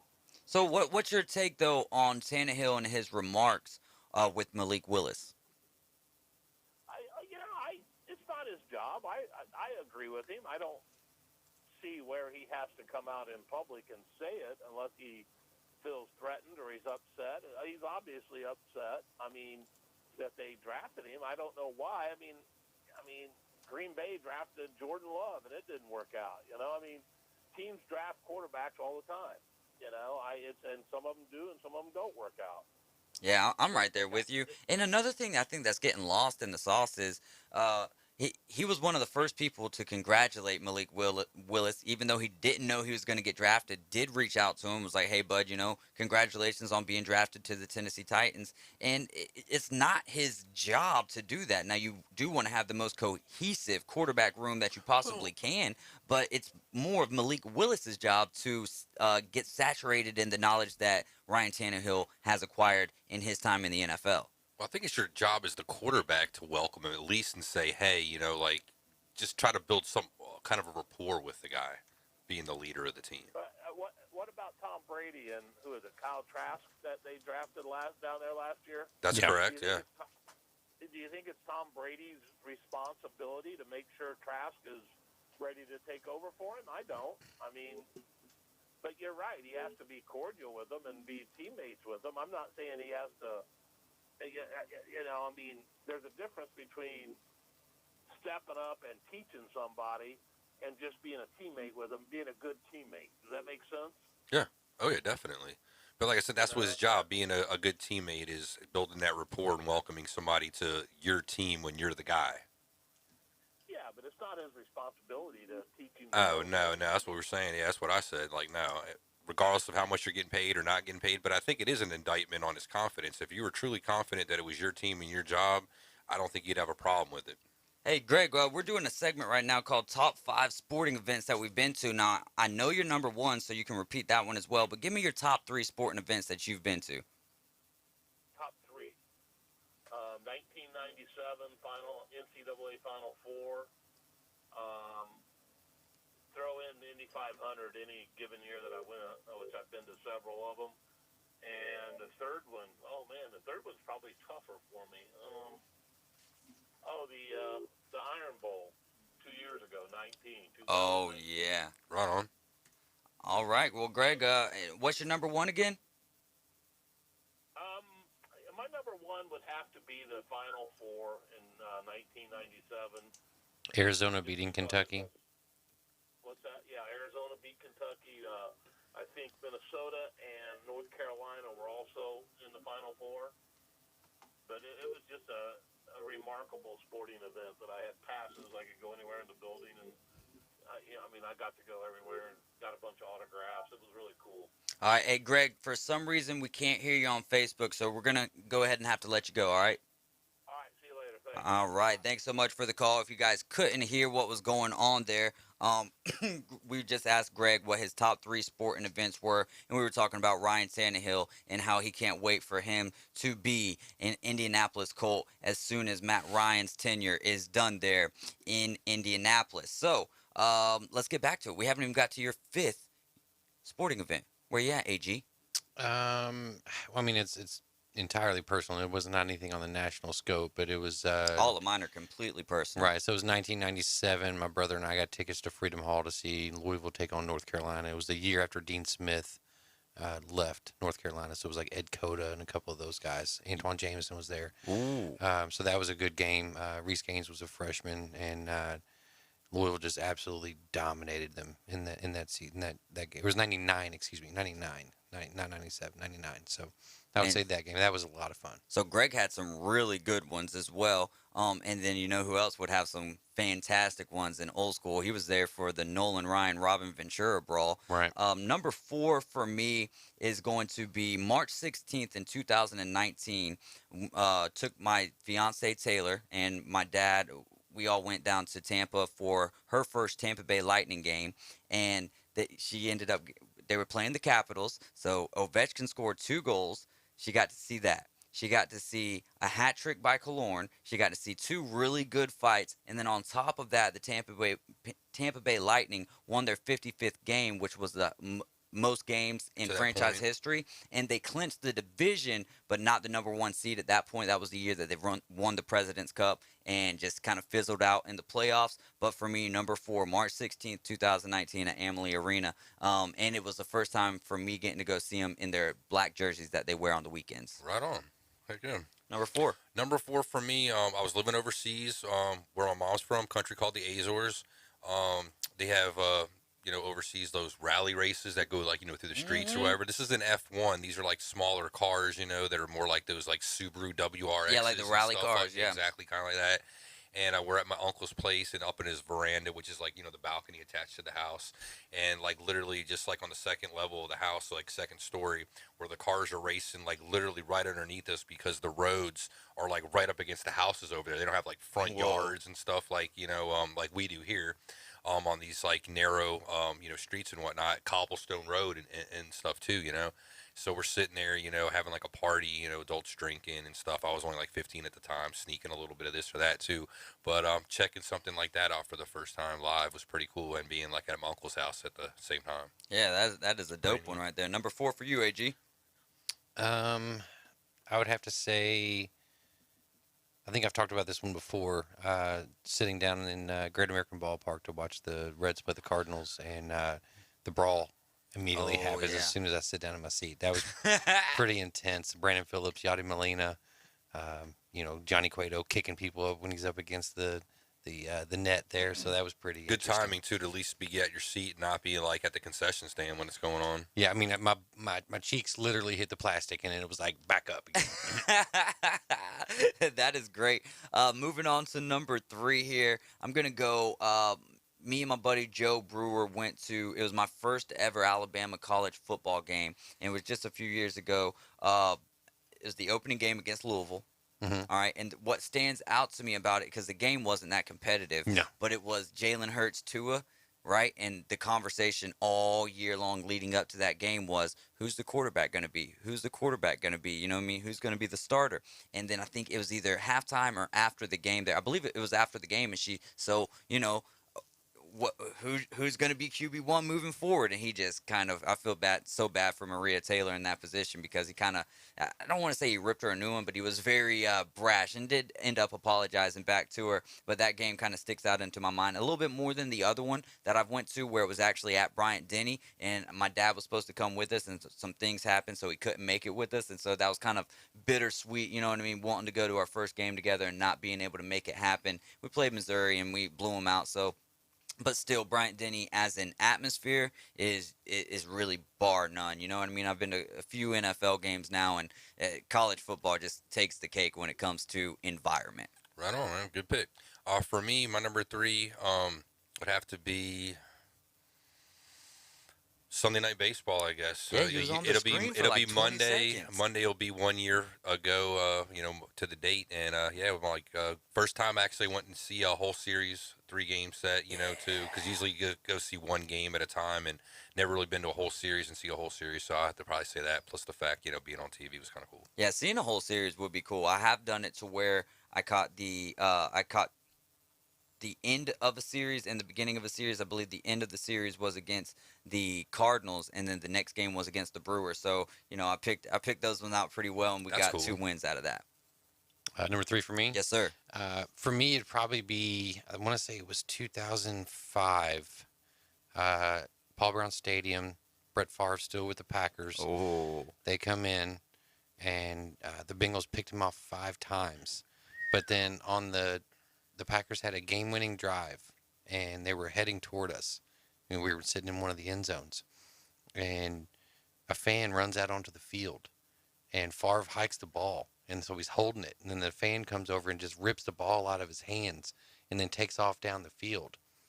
And, he's giving, like, juke moves and Heisman poses as he's going, and he's weaving in and out of security and stuff, and then he runs it into the end zone, and then they just tackle him, and the whole crowd goes nuts. And, of course, the Bengals won the game. That was the most important part. But, yeah, man, what an absolute funny situation. That is one thing that I've never been to a sporting event where there's been a streaker or just someone running on the field, because normally they'll give you about 10 seconds of TV time, then or these days or none at all. And so the only people who are privy to that, outside of now these days with the cell phones and everything, everybody's got a video camera on them. But being there, you actually get to see, and sometimes the crowd's cheering for those guys. We absolutely were, because we were all thinking, well, that's his 6th turnover of the game. They're cheering. Listen, they're cheering for that person running on the field until they get accosted by security, and then they're cheering for security when they're kicking the crap at him, or like AK. And he pled not guilty, by the way. Or like the Dave Chappelle guy from the other night. Oh, that guy. But that's a totally different. I don't know. Because he tried to hurt somebody. Yeah. You know what I mean? Right. With that guy, normally with these, they're just seeking attention. Will you know Smith what I mean? ruined it for everybody. You're not. It was funny. It was a funny moment. It sticks in my mind. It's one of the top. That's moments. awesome. Number 2 for me is something, and I'm gonna have one here soon that's gonna be on this list whenever I go up to Truist Park to watch Freddie Freeman's return to Atlanta. That's gonna be a heck of one. That's gonna be June 24th. But number 2 for me right now is one that I just got to do not too long ago. the Nashville Predators, Tampa Bay Lightning playing in the Tennessee Titans Stadium. The Stadium Series games are not as good as a regular hockey game. I can't say that, but the reason this made it onto my list is because it's just one of those things that more than likely will never happen again. And, if I don't have really in every sport, I don't have anything close to like a second favorite team, but if I did have one like that was in a Western Conference team, it would be the Nashville Predators. Yeah, that's fair enough. So number 2, Preds Lightning game, Nissan Stadium. For me, my number 2, I'm gonna go back to when I was living overseas again. Now not doing a rally race, but same kind of thing. In the streets, bullfights. So got to see. This dude was saying, hold on, I got to cut you off. This dude was saying, I haven't been to too many like cool sport events. Like none of us are sitting here talking about bullfighting right now. I guess, but, in another country at that. And this isn't like bullfighting like they do in Spain, where they stick the darts in the bull and then they slice its neck. It's brutal. They don't do that in Portugal, where my mom's from, or the Azores. What they do is, like, on the street ones, the bulls just get let go, and, like, a bull just basically is running down the street. Yes, the running of the bulls. And then people, but it's not a whole bunch. It's usually just one. Okay? Oh, okay. Then people get in the streets, and they yell, Toro, Toro, try to attract the bull. The bull kind of runs around, and if you don't, you're not fast enough, or you just dumb enough, and you stay out there too long, you can get gored. You can get, What's the average amount of trampled. deaths at these events? But, and they do them yearly? Us being military, they do them, like, throughout the year. Okay, but us being military, we can't participate. We can't be on the street because they don't. Me being of my right mind would not participate. Right. Well, and I wouldn't do it either. I was like 15 at the time, but they'd have military guys, I'm sure, that want to participate, but then they'd be dopes and get hurt. And now the military, 1, you can't work, and then 2, it's our tax money, taking care of you in the instead and yada yada yada. So that's why they don't do that. But that was something kind of cool to be to see in person and check out instead of seeing it on TV. Yeah, no, absolutely. That's amazing. Number 2 for you, AG. 1990, I was 9 years old. I got to see the Cincinnati Reds play at Wrigley. And, of course, that was the last year the Reds won the World Series. So that was really, really cool. We got to ride the train into Chicago to go see, Wrigley Field. And, of course, I'm 9, so I don't fully appreciate it yet, but I do now looking back. So that was a lot of fun. So, Wrigley and Fenway. You talking about the L train to downtown? Or are you talking about taking a train from Louisville to No. Chicago? Like we were staying with some relatives in. I gotcha. A suburb of Chicago. So it's like taking the subway or the public transit, but that's still cool. Yeah. But I mean, it's something different, So for me, at least. The only time I've ever been on a train for a long period of time was I was in Russia for a mission trip, actually, and we took a train from Smolensk to Moscow, which was like. It was like an overnight train ride. Like you slept in a bed and everything. It was crazy, man. Like it's like being over there. Well, anyways, they like being in their capital country, and this was like the capital of the country in Moscow. I was 16 years old, so it was a while ago, right? But it was like 1975s over there. Like, you know what I mean? Everything was just like, whoa, you guys are kind of. They were so far behind the times. Yeah, like, whoa, that it's crazy to see it like that. But it was a great trip because got to help out with some orphanages and stuff like that, paint a couple buildings, and that was really, dude. When they play ultimate frisbee over there, it's literally like 100 people on a team. Or okay, I'm exaggerating. Right. It's like 30 people on each team, man. On the field at the same time. On the field at the same time. Wow. And being an American, I can't understand anything that they were saying. Right. But that is the beauty of sport, right? Because there was this common ground of a good play is still a good play, whether they tell you in English or Russian. Yeah, you break down barriers, man. I tell you what, if you ever do have the opportunity to visit another country and do some good at the same time while you're doing it, take full advantage of it. Number 1 for me, we just got done with number 2, Wrigley Field. Number 1 for me, Tennessee, Indiana. I don't have any real ties to these teams, but I got to work it as from here, you know what I mean? And so we got to go to the game. Me and Kyle Wright did. We got on the field with like 5 minutes left. So we started out in the press box, watched the whole game from the press box. This is Titans Colts. No, this is Tennessee Volunteers, Indiana Hoosiers for a bowl game, for the Gator Bowl. Oh, okay. Right. And so Tennessee was beating them pretty good, and then 5 minutes left to go, we get to go on the field, or 5 minutes in the game to go, we get to go on the field, and Indiana starts coming back, and it was just raucous. And so then also at the end of the game, you know, the bowl ceremony, it was really cool kind of seeing that in person and seeing how it really kind of plays out. So behind the scenes, absolutely cool, and then ended up running into they had a tight end, and he ended up getting in trouble later on. But I ran into his grandparents outside of the stadium, and it was kind of cool talking to them for a little bit. So number one for me, Tennessee, Indiana at the Gator Bowl, January 2nd, 2020. Okay, for me real quick, March 5th, 2004, Philadelphia Flyers versus – I'm sorry, it wasn't the Philadelphia Flyers game. My bad. I apologize. That's something that's I'm going to get into in a second. Atlanta Thrashers versus Carolina Hurricanes in Atlanta. I got free tickets from a buddy of mine that I was working with. My wife, who wasn't my wife at the time, Michelle, was going to go to the game with me. She wasn't able to make it, so I went with a good friend of mine that I was working with. So go to the game. This happens to be the last time I got to see Rod Brindamore play live. He's my favorite hockey player, so that was important to me. Thrashers ended up losing that game, and Carolina ended up winning. And then that same night, the Philadelphia Flyers set the record against the Ottawa Senators for most penalty minutes in a game at 419. Wow. So didn't get to How watch. many game misconducts got handed out? There in was a that ton. one? I didn't get to watch that game live, obviously, because I was at another game. So I had to watch a replay of that game, which was totally incredible.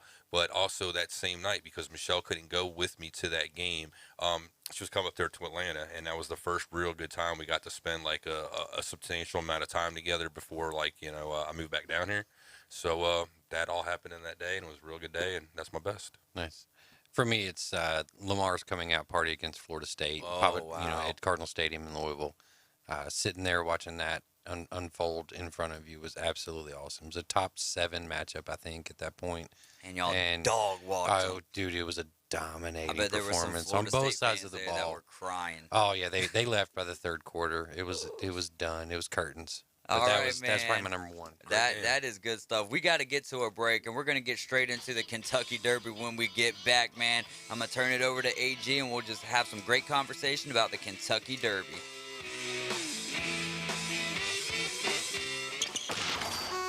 ESPN Northwest Florida, the Paul Feinbaum Show. I think we got to do the overall wardrobe, and I think we need to get you some Steve Harvey suit and tie. That might be the only time in my life I've been compared to Steve Harvey. Legend is next. Love you, Paul. Don't worry about Jim. You ain't going to hell, dude. Of all people, you ain't going to hell. Legend out. The Paul Feinbaum Show, weekdays 6 to 10 on 102.1 and 104.3 ESPN Northwest Florida. Weather forecast overnight. This weather front moving through will continue the showers and thunderstorms around the listening area. Partly to mostly cloudy in the low 70s. Southwest wind 10 to 20. A southwest wind to west wind 10 to 20 miles per hour Saturday, partly to mostly cloudy with some sunshine in the low 80s. Then sunny Sunday. This weather forecast has been brought to you by Mid-South Lumber, best little lumber yard in Panama City and Youngstown. For 104.3 ESPN Northwest Florida, I'm meteorologist Tim Root. Guthrie's Golden Fried Chicken Fingers on Panama City Beach. Fresh, never frozen chicken tenders fried to perfection and served with their famous signature Guthrie sauce. Guthrie's box, snack, and chicken sandwich are sure to please. And for larger gatherings, try the family meal or Guthrie's Chicken Finger Bucket. Let Guthrie's cater your next event. Find their daily specials on Facebook, on Front Beach Road across from the Beach Shopping Center. Since 1965, fresh, hot, and fast. Now available on DoorDash and Uber Eats. Ben and Deb Collins, owners of Bay Guns and Gear, have been in business since 2010, offering new firearms and accessories with a huge selection available for your hunting needs and personal defense. Turn to Bay Guns and Gear. They have the weapon for you. Discount pricing. And if you can't find what you're looking for, they'll special order it for you. Bay Guns and Gear, across from Grease Pro at 3115 Highway 77. Visit their website, baygunsandgear.com. When it comes to understanding your needs, you want someone who will listen with understanding and care. The expertise you're looking for starts with your local agent, Johnny Ellis, appointed by Progressive Insurance. As members of the community, we live and work right next door. It's that personal touch that stays with you and your budget. Great coverage is at your service. Call 850-763-1627 or visit ellisagency.net today. Progressive Casualty Insurance Company and Affiliates. Broadcasting from the Rib Crib Radio Room.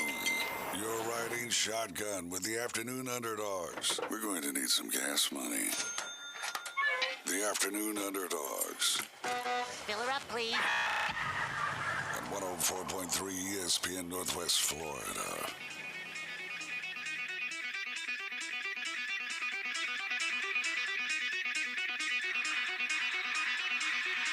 We're about to be running for some roses, man. The Kentucky Derby. How many runnings have we had now? 1875 was the first, so we're at a lot of them. Yeah, 148, I think. Yeah, almost 150. 148, man. Let's go. But we've got the guy from Louisville to break it down for us, man. Just break it all down for us. Well, if you've never been, it's a bucket list item. Yes. To go to Churchill Downs, and the Derby is on the first Saturday in May. But, there's festivities that go on the entire month of April, basically. Yeah, and then the entire week is phenomenal. So I tell everybody, I'll be real quick about this so we can talk about the race coming up. But I always tell people, fly in on Monday, go do a Bourbon Trail Tuesday, and then go a different direction, do a Bourbon Trail on Wednesday. Go to Thurby, which is like the locals' day to go. It's Thursday Derby, so they just call it Thurby. And then go there, go to the track, enjoy yourself. Friday's Kentucky Oaks, sponsored by Susan G. Komen, so everybody wears pink. So it's just a bunch of pink everywhere. Still big hats. Everything's, everybody's dolled up. And then, of course, Saturday you've got, all the festivities that go along with that. So with Oaks, you're looking at about 120,000 people. Derby, you're looking at about 145. Holy So there's a cow. lot of people crammed in there. But it's a lot of fun. What's a Bourbon Trail? So the Bourbon Trail, if you go crawl, south, but just for bourbon? No, kind of. Well, if you go south of like Bardstown, and you'll hit, like Jim Beam, Maker's Mark, Evan Williams, all those different distilleries. And then if you go east toward Lexington, hit Frankfort, you'll hit Buffalo Trace. You can go into Woodford County and hit Woodford Reserve. So I just tell people it's a good thing to do. And if you like bourbon, it's a really, really cool thing. Yeah, man, that does sound like a lot of fun. Let's go over the field a little bit. It's a big field. It's 20 horses. It was 22. 2 horses have scratched, which, they've been doing that here in the last 20 years where they've just been packing them in. But, there's a couple favorites out there right now. The odds just keep changing as we've been on air. They just keep changing. But right now you're looking at Epicenter is a 5-1. He's the winner of the Louisiana Derby. And then you've got Taiba, who is a 5-1 as well, who won the Santa Anita Derby. So you've got some really, really good strong horses there. And then there's some other ones that I'm looking at myself. Charge It right now is a 12-1. Started the day I think at like 25-1. So he's been bet down to 12-1. He's the one that finished second in the Florida Derby. Kind of had a late charge there, so that's why I'm kind of keeping my eye on him to see if maybe on that 1.25 miles he can really kind of make some noise there toward the end. You've got Crown Pride at 16-1. 17-1 now. Yeah, is it 17? So it was 16-1 when I wrote this. That's what I'm saying. It changes that's so what, often. It's so crazy. Some of the ones that I've been looking at today as well. Like when I saw them, it was like 20-1 for Crown Pride. So yeah. Right. So Crown Pride won the United Arab Emirates Derby. It's a Japanese trained horse, which they've been doing really, really well here in the last year or so. So Zandon is another one at 8-1. That horse won the Bluegrass Stakes. So there's a lot of pedigree here in terms of winners across the board. There's not one real dominant horse, so it's kind of a wide open field. So it's going to be interesting. Mo Donegal is 7-1. That horse won the Wood Memorial, which is a big race as well. So it's kind of spread out. So it's going to be an interesting field, which makes betting all the more fun. Right. Which if you've never bet on the Derby or horse racing in general, there's a few things you can do. So there's a win, there's a place, and there's a show. Place is second place, show is third place. You can bet on a horse to show. or you can bet on a horse to place. It just depends on, what you want to do. And there's a way to like hedge your bets with it too. So my favorite thing to do is to bet trifectas, which is you're betting which horses. You're betting on 3 horses, one who's going to win, who's going to place, who's going to show. And then there's a tool you can use, and it adds to the bet, to your total bet, but you can box them. So then if those 3 horses come in 1, 2, 3, it doesn't matter what order, as long as you've boxed them. So, like, say for example, you have. So if they came in 4, 5, and 6, it'd be no. 1, 2, 3. Oh, they have to be 1, 2, 3. 1, 2, 3. So if they come in 1, 2, 3, it doesn't matter what order they're in. Gotcha. You win that bet. So, but it's double the cost, right? So on a $2 trifecta, normally it's $6 because it's $2 per horse. But if you box it, then it's $12. And the same thing goes for exacta, right? But so you have a better chance to win. Yes and no. So, I mean, it's still tough to hit a trifecta. But like an exacta bet would be 2 horses you bet on, right? So it would be 1 to win, 1 to place. And then you can also box that. So instead of it being $6 for a trifecta, it's $4. Okay. And then it's $8 if you box it. But I like boxing because it's covering your butt. Yeah, right? exactly. So it's because how often do people get win, place, and show in order without boxing it? It's tough. It's super tough. It's one of those things where you're trying to predict the future, and if you try to read one of those programs that they hand you when you get to the track, it's like a monkey doing a math problem. It's like, what am I looking at here, right? So, but and a lot of people they like picking names, right? So like you mentioned a name of a horse that you liked in this field. Zandon? Well, no, the other one. Oh, the name. Tis the Bomb. Tis the Bomb is like probably my favorite. I like Messier just because it's got a hockey last name, like there you Mark go. Messier. So. Yeah, and that horse finished second in the Santa Anita Derby. So there's a lot of different ways to do it. I'm not too serious about it. I love doing it just around this time of year, just because it's like tradition. There's big house parties and things like that, and then there's quote unquote bookies that come to people's houses in that area, and it's not exactly on the up and up, but nobody really kind of, everybody just kind of turns their nose from it. So, but it's a lot of fun. If you've never been to the Derby, I highly recommend it. It's, picking out your hat, if you're a lady, is one of the best things, one of the more fun things for you all to do. The men here lately have just gone to the nines on their suits and ties. Pretty soon it's going to be like the Met Gala out there, and you'll be like, what in the world are these people wearing? It's crazy. That's fashion? But they even dress that way in the infield. You know, even when it's a rainy, muddy day, people are still dressed to the nines out there just because that's the tradition. I mean, you still got people that go out there and they're just like, whatever, I'm wearing sweatpants. But that's, those are fewer than the rest. But it's a lot of fun. It's beautiful up there. What they're able to do with that track is amazing. The technology that they have underneath that track with the irrigation and everything else. So even if it is rainy, unless it's just an absolute downpour during that, it's relatively dry on that track. So, but it's a very, very interesting thing. And it's so much fun. It's exhausting. It's a very, very long day. Let me ask this real quick. Where did the mint julep whole thing come from? Since it's typically like you're talking about a bourbon kind of an area, and then to have a mint julep seems kind of odd, It's just one of those traditions that that got started, and I'm not a big mint julep fan myself. I'm not a big mint fan. Right. But I mean the lilies, the Oaks lilies they started as well as a tradition. So you get those today, but then you can also get them tomorrow as well. It's just one of those trendy, popular things to do, man. You go to the Derby and I just figured how much does a mint julep be a crazy story, behind it's it. not bad. I think it's they the do last like the time Masters the last time I went, it's like I think it was like $10. So it's not too bad. But it's made out of Woodford Reserve, which is the bourbon sponsor. But every year they have a different like beer sponsor. Like one year we went and it was like Corona, I think was the beer of choice. So but they try to change it up. But it's a lot of fun. It's really cool. And if you're just going as just like a normal person, you're not in Millionaires Row, you think, well, I'm going to look up in the stands and I'm going to see, Beyonce. But you don't really get to see them. They're so far, past away. They're where the video cameras are. Right.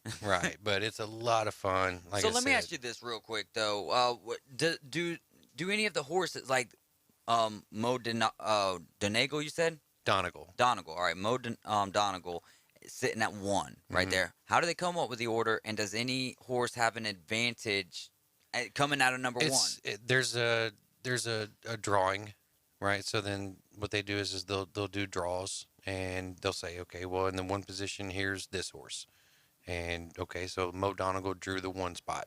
Now, historically, the 1 spot has not been favorable to horses, especially in a field this large, because a lot of times what happens is they can get squeezed out, right? And then they fall to the back. And unless that horse has an ability to, make a run and sustain it, it's very, very difficult. So typically what you see is toward the either the middle of the track, or sometimes we're seeing them from the far edge, right, where they have to bring in that 3rd gate, and then that way they're running a little freer. But again, it all depends on, there's so many different variables in horse racing that, if there's a horse that's out there that's a front runner, doesn't that benefit, like I said, if you get to 1 position, then if they're a front runner and they can get out the gate really quick and get a lead? It just depends on their start. I mean, if they can get out there and go, then then they can get some freedom. Kind of like the whole shot, like in a bass tournament, when boats are taking off, if you get that whole shot first, and you get ahead of everybody else, Right.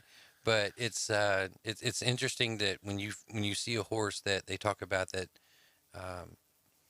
starts fast, they're the pace setter essentially. They're going to get out there and they're going to kind of set the pace, and you're going to have some trainers that have these horses that, they want them to sit back off of that horse because they want they know they have a late charge, like, with Charge It, they want to have that ability to kind of sit back and wait and then make their move. But you don't know if there's another horse that's waiting behind that one. So it's kind of like NASCAR, with drafting, so it's like, okay, well, we're going to sit behind these guys and then we're going to make our move. Yeah. Is there a favorite trainer right now? We got to get to a break, though. So real quick, top 3 horses, who you got? I'm going with Epicenter, Zandon, and Crown Pride. My long shot, though, is going to be my favorite name, Tis the Bomb. I like Messier, I like Smile Happy, and I like Cyberknife. Cyberknife, that's a cool name. If I'm betting a trifecta, I'm going to go with Epicenter, one of the favorites, Charge It at 12-1, and then give me White Abario at 10-1. Ooh, I was going to go with that one as well. I'm just curious about this Rich Strike horse who started the morning at 30-1 odds, is all the way down to 99-1 odds. So up to 99-1. Oh, up, up to, true. Very good point. All right, so we got to take a break, though. We've only got 2 segments left. Keep it right here. You're locked into 104.3 ESPN Northwest Florida Braves coming up at 6 o'clock. ESPN Northwest Florida. It's the Dan Patrick Show. As a former player has told me and reminded me, you know the reason why we take performance-enhancing drugs? Because they enhance your performance. I don't know if DeAndre Hopkins, this was a one-off here, but I just want to know, how did you get it?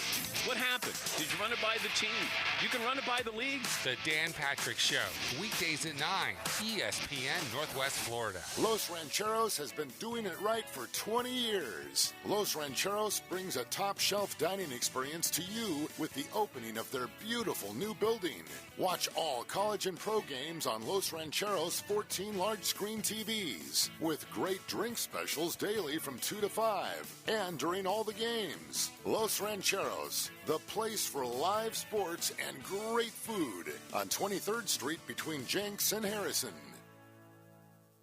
Hi, I'm Bobby Lyons with today's Car Clinic Minute.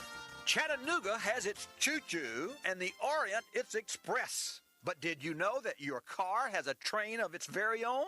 When I come back, I'll tell you all about it. The Car Clinic Minute.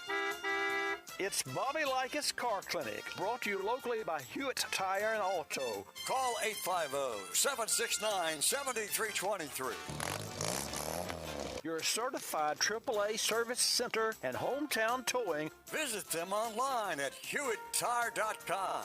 on Airport Road in Panama City. That's 850-769-7323. Hewitt Tire and Auto Center in Hometown Towing.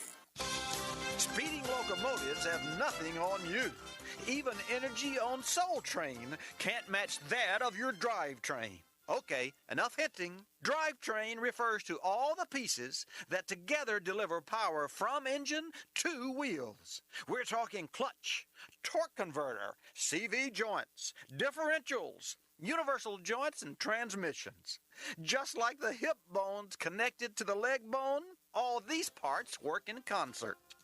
And although you don't have to shovel coal to fire them up, like all trains, you do have to schedule maintenance. I'm Bobby Likas. Like us, you'll love us.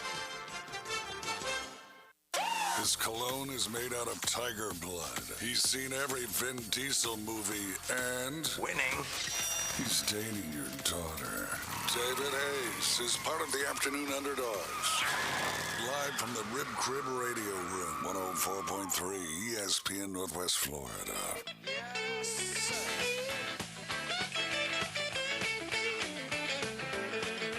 The 104.3 ESPN Northwest Florida Big Billboard Prize Pack. We're celebrating our big billboards in Bay County with a supersized prize pack. We've got 11 gift cards. You're going to be eating, drinking, shopping, and going on adventures all over Bay County for free. All you got to do, take a picture of one of our big billboards, post it on Facebook, tag ESPN Northwest Florida in the photo. We'll select a winner at random to win a jumbo-sized prize pack. Find out what else we've stuffed inside this mega large prize pack on our Facebook page or ESPNPC.com. We're about 17 minutes away to get into the coverage of the Atlanta Braves tonight. First pitch at 6:20, going to be a bullpen game for the Braves tonight as Jesse Chavez is taking on Eric Lauer tonight. 6:20 for the first pitch. All right, so figuring out a purpose for this segment here. Let's see. Let's get into a little buy or sell real quick before we get in our local. We don't have very much time in this segment at all, but let's get into it. Buy or sell. Jordan Addison is transferring to Alabama. Buy or sell? I'm selling that. Sell. Yeah, I'm selling that. I think he's going to USC. USC? We know what these kids are doing before they do it. You know, look at Tyler Harrell from Louisville. Everybody, I knew a month ago he was going to Alabama before he even entered the portal. And then, of course, he enters the portal, and 2 days later, he's a Crimson Tide. Follow the money. And where's that money take you to? That's what I'm saying. Like where does it take you to? Wherever the money's at, that's where they're going. So you I follow think the money. he's USC. You think he's USC? Why isn't he working out with Caleb Williams, though? Because that would draw too much attention to some of what people believe to be tampering? Maybe. Who knows? But, again, we know where these kids are going before it's official, you know. So. Yeah, I think he. Max DeLiven was the first one to say it, and then there started being reports of Bryce Young and Jordan Addison working out in California. So there could be some. I mean, if you want to go to a place that you can make some money, Alabama's not a bad place either. But USC, right there with them. Mm-hmm. What do you think? Like Buy or sell? Sell it. Sell it. All right, Christian Watson will have the best year or rookie year at wide receiver. So there's a lot of wide receivers that came out of the draft this year, and there's going to be some talented ones. The only reason why Christian Watson stood out to me, and I'm selling along with you guys on this one, but he's the guy who's poised to be the number one receiver, right? What's his competition in Green Bay? Exactly. I mean, you got some great wide receivers that came out this year: Chris Olave, Garrett Wilson, Jamison Williams. You know, so many talented wide receivers, but I think Christian Watson is lined up to take the bulk of the work. Aaron Rodgers has had a history of not getting the ball to his early, younger wide receivers until he builds a rapport with them. So I don't think it's going to happen. I think it's going to take time. A little bit of breaking news here. Joel Embiid is returning for Game 3. He will be playing tonight. I mean, you got to battle through injury, and he had a tough injury, like you mentioned, though. Shouldn't have even been in that position. Right. Shouldn't have been playing at that point in time of the game. You guys were up like 25. He's been through this injury, too. Not the same eye, the other eye. Yeah, but the other one was caused by a teammate in Markelle Fultz. But I'm just saying, he's been through this, so he knows the procedure. He knows how to play through it. He's played with a mask before for a little while, so hopefully it won't be that, strange or out of place for him, and hopefully he can adjust and have a good game. But I still think, unfortunately, they're probably not going to win. If the Suns win, Chris Paul's going to retire. Buy or sell? Win the title? Yeah, if I they buy win that. this. Yeah, I'm buying it. Buy it all day. Buy it all day. I'm right there with you. All right, this is for the Reds fans out there. Will the guy defecate in the Toyota Tundra at the Great American Ballpark? So something, I believe it was on Reddit, not on Twitter, where a Cincinnati Reds fan said he's going to climb up into the Toyota Tundra and, defecate in the bed of the truck, crap the bed, and then he also put out, though, he also said to meet at some part of the stadium at the fourth inning, right there at the elevator, I believe. So do you think he'll do it?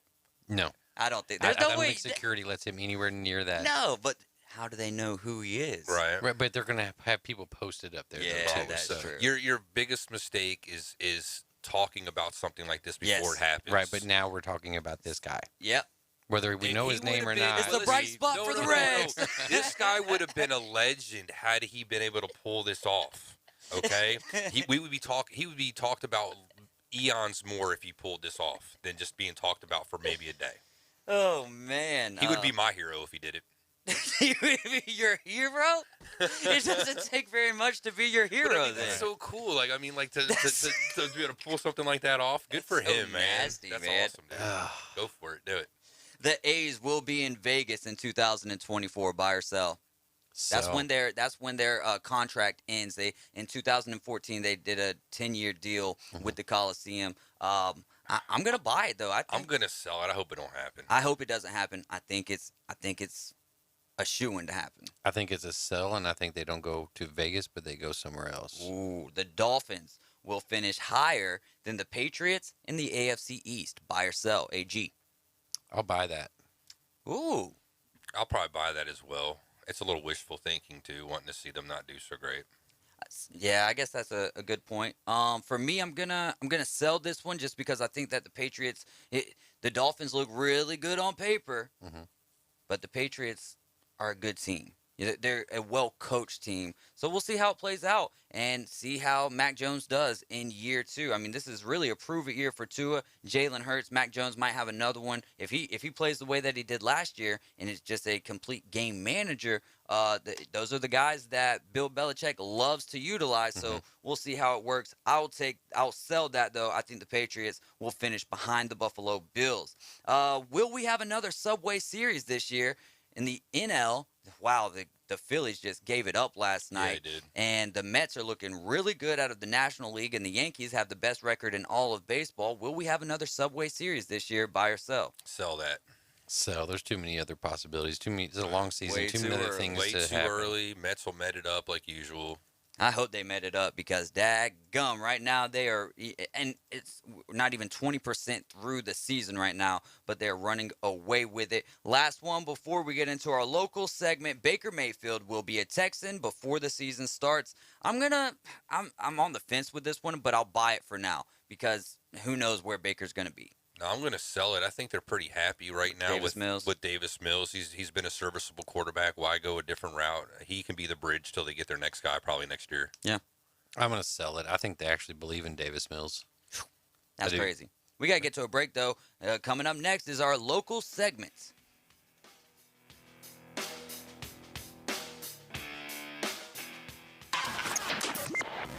104.3 ESPN Northwest Florida. This is Braves country. What Atlanta Braves players circled the wagons in a recent game versus the Texas Rangers? Relay throw. It's headed to the plate. He's safe. Demerit circles the wagons. It was Travis Demerit with an inside-the-park home run. Congratulations to Richard Sisk, Brian Long, and Zach Moore for answering Braves trivia correctly on the 104.3 ESPN Northwest Florida app. Weather forecast overnight, 60-70% coverage of showers at thunderstorms, partly to mostly cloudy in the low 70s, southwest wind 10 to 20. A southwest to west wind up to 20 miles per hour Saturday, 30% chance of showers at thunderstorms, partly sunny in the low 80s. Saturday night, mostly clear near 70, and sunny Sunday in the mid-80s or so. The water temperature in the Gulf of Mexico is 75. For 104.3 ESPN Northwest Florida, this is meteorologist Tim Root. Here at Panama City Toyota, we love things that last. Of course, it starts with beautiful, reliable Toyota cars and trucks. It continues with every customer relationship, across generations and hundreds of thousands of miles. And now, we're proud to offer something you can count on year after year after year. A free lifetime warranty that covers your drivetrain and powertrain. If you shop with us, we'll be here for you. Because peace of mind should last throughout your entire journey. Golf Plus is your premier golf shop on the Gulf Coast. Not a big box or a chain store, but a local store with golf experts to serve you. An amazing array of demo and fitting products, plus a professional repair shop that can handle anything from a basic re-grip to a full set of re-shafts and everything in between. Golf Plus has locations in Dothan and Panama City Beach to serve you. Come see him today for all your golf needs. Located next to Firefly at the shops at Edgewater. Call 850-249-2726. Hi, this is Matt Lewis with Reliable Hydraulic Solutions. We offer comprehensive diagnostics and repair service for all types of hydraulic units, such as hydraulic and pneumatic cylinders, hydraulic pumps, motors, and valves, as well as a broad range of hydraulic hoses and O-rings. Give us a call at Reliable Hydraulic Solutions at 850-326-3000 for any of your hydraulic needs. Or come see us on Commercial Drive off Jinx Avenue in Panama City. The next evolution in sports talk radio. It's the Afternoon Underdogs, broadcasting from the Rib Crib Radio Room. 5, 4, 3, 2, 1. Engage. 104.3 ESPN Northwest Florida.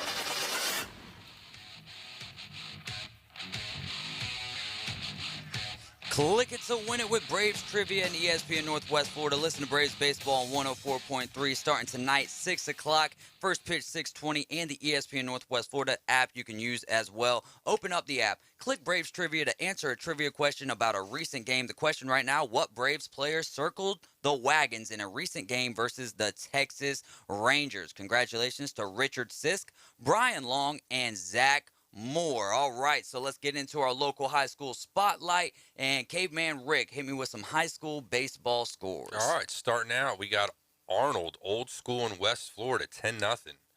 Followed up by Lincoln taking out Mosley, 8-4. Got a close one with Port St. Joe taking down Bozeman by a score of 3-2. Chipley takes down Catondale, 14-2. Another Old Schoolman of Freeport taking out Holmes 11-1, and we'll let AEG take on the softball scores. All right, in the high school softball district championships, North Bay Haven took on Pensacola Catholic and came away with a victory 15-8. Pace took out Niceville 1-0, and another tight one, Holmes over Freeport 1-0. And then here's another one, Weewa 1-0 over Liberty. And Sneeds took out Graceville 5-2. So some really, really tight matchups there. Man, so we were just talking about Jordan Addison in the NIL world, right? How about Deshawn Robinson driving around campus in a Lambo, man? Oh, wow, he's announcing a partnership with Lamborghini dealership in Austin. Have things that just have changed, man? Like how? This is his 6th NIL deal. They're out there killing it, man. But good for them, right? Good for them. Why do you think the Heat are going with Kyle Lowry tonight? Why do you think they're going to play him tonight? And it's not necessarily a must play, or are they just trying to get his wheels back under him after missing 4 games? It's not a must win. Right. It's easy to insert him out there into the game because if you lose, so what? Yeah. You're pretty much going to win the series anyways. I'm just curious. Yeah, that's my thought. If he's probably 15 to 20 minutes, spelling, toward at the end of the quarters and things like that, getting the starters some rest. So I don't like it, and I'm not a Heat fan, but I don't like it from if I was a Heat fan because this series is in hand. Like, why risk further injury?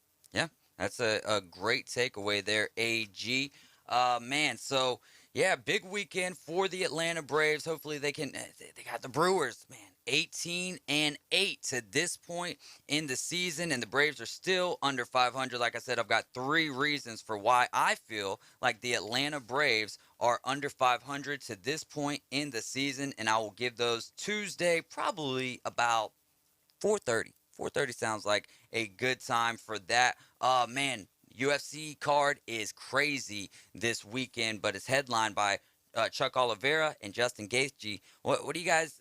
Who do you got in that fight tonight or tomorrow night? I was thinking Gaethje was going to win anyways before what happened today, so I'll still stick with Gaethje, and I think he'll take the belt home tomorrow night. I think Oliveira just because he's going to be pissed off. Oh, yeah. Half a pound. Mm-hmm.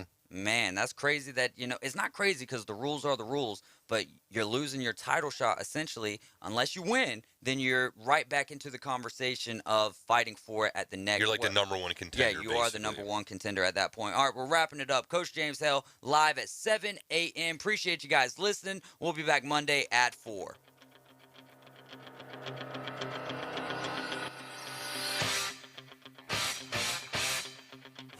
104.3 ESPN Northwest Florida is the Panhandle's destination for the Atlanta Braves. Got him swinging strike three. Ozzie Albies, Austin Riley, Ronald Acuna Jr. and the Braves are back. Unbelievable. And hungry for more. Listen to the World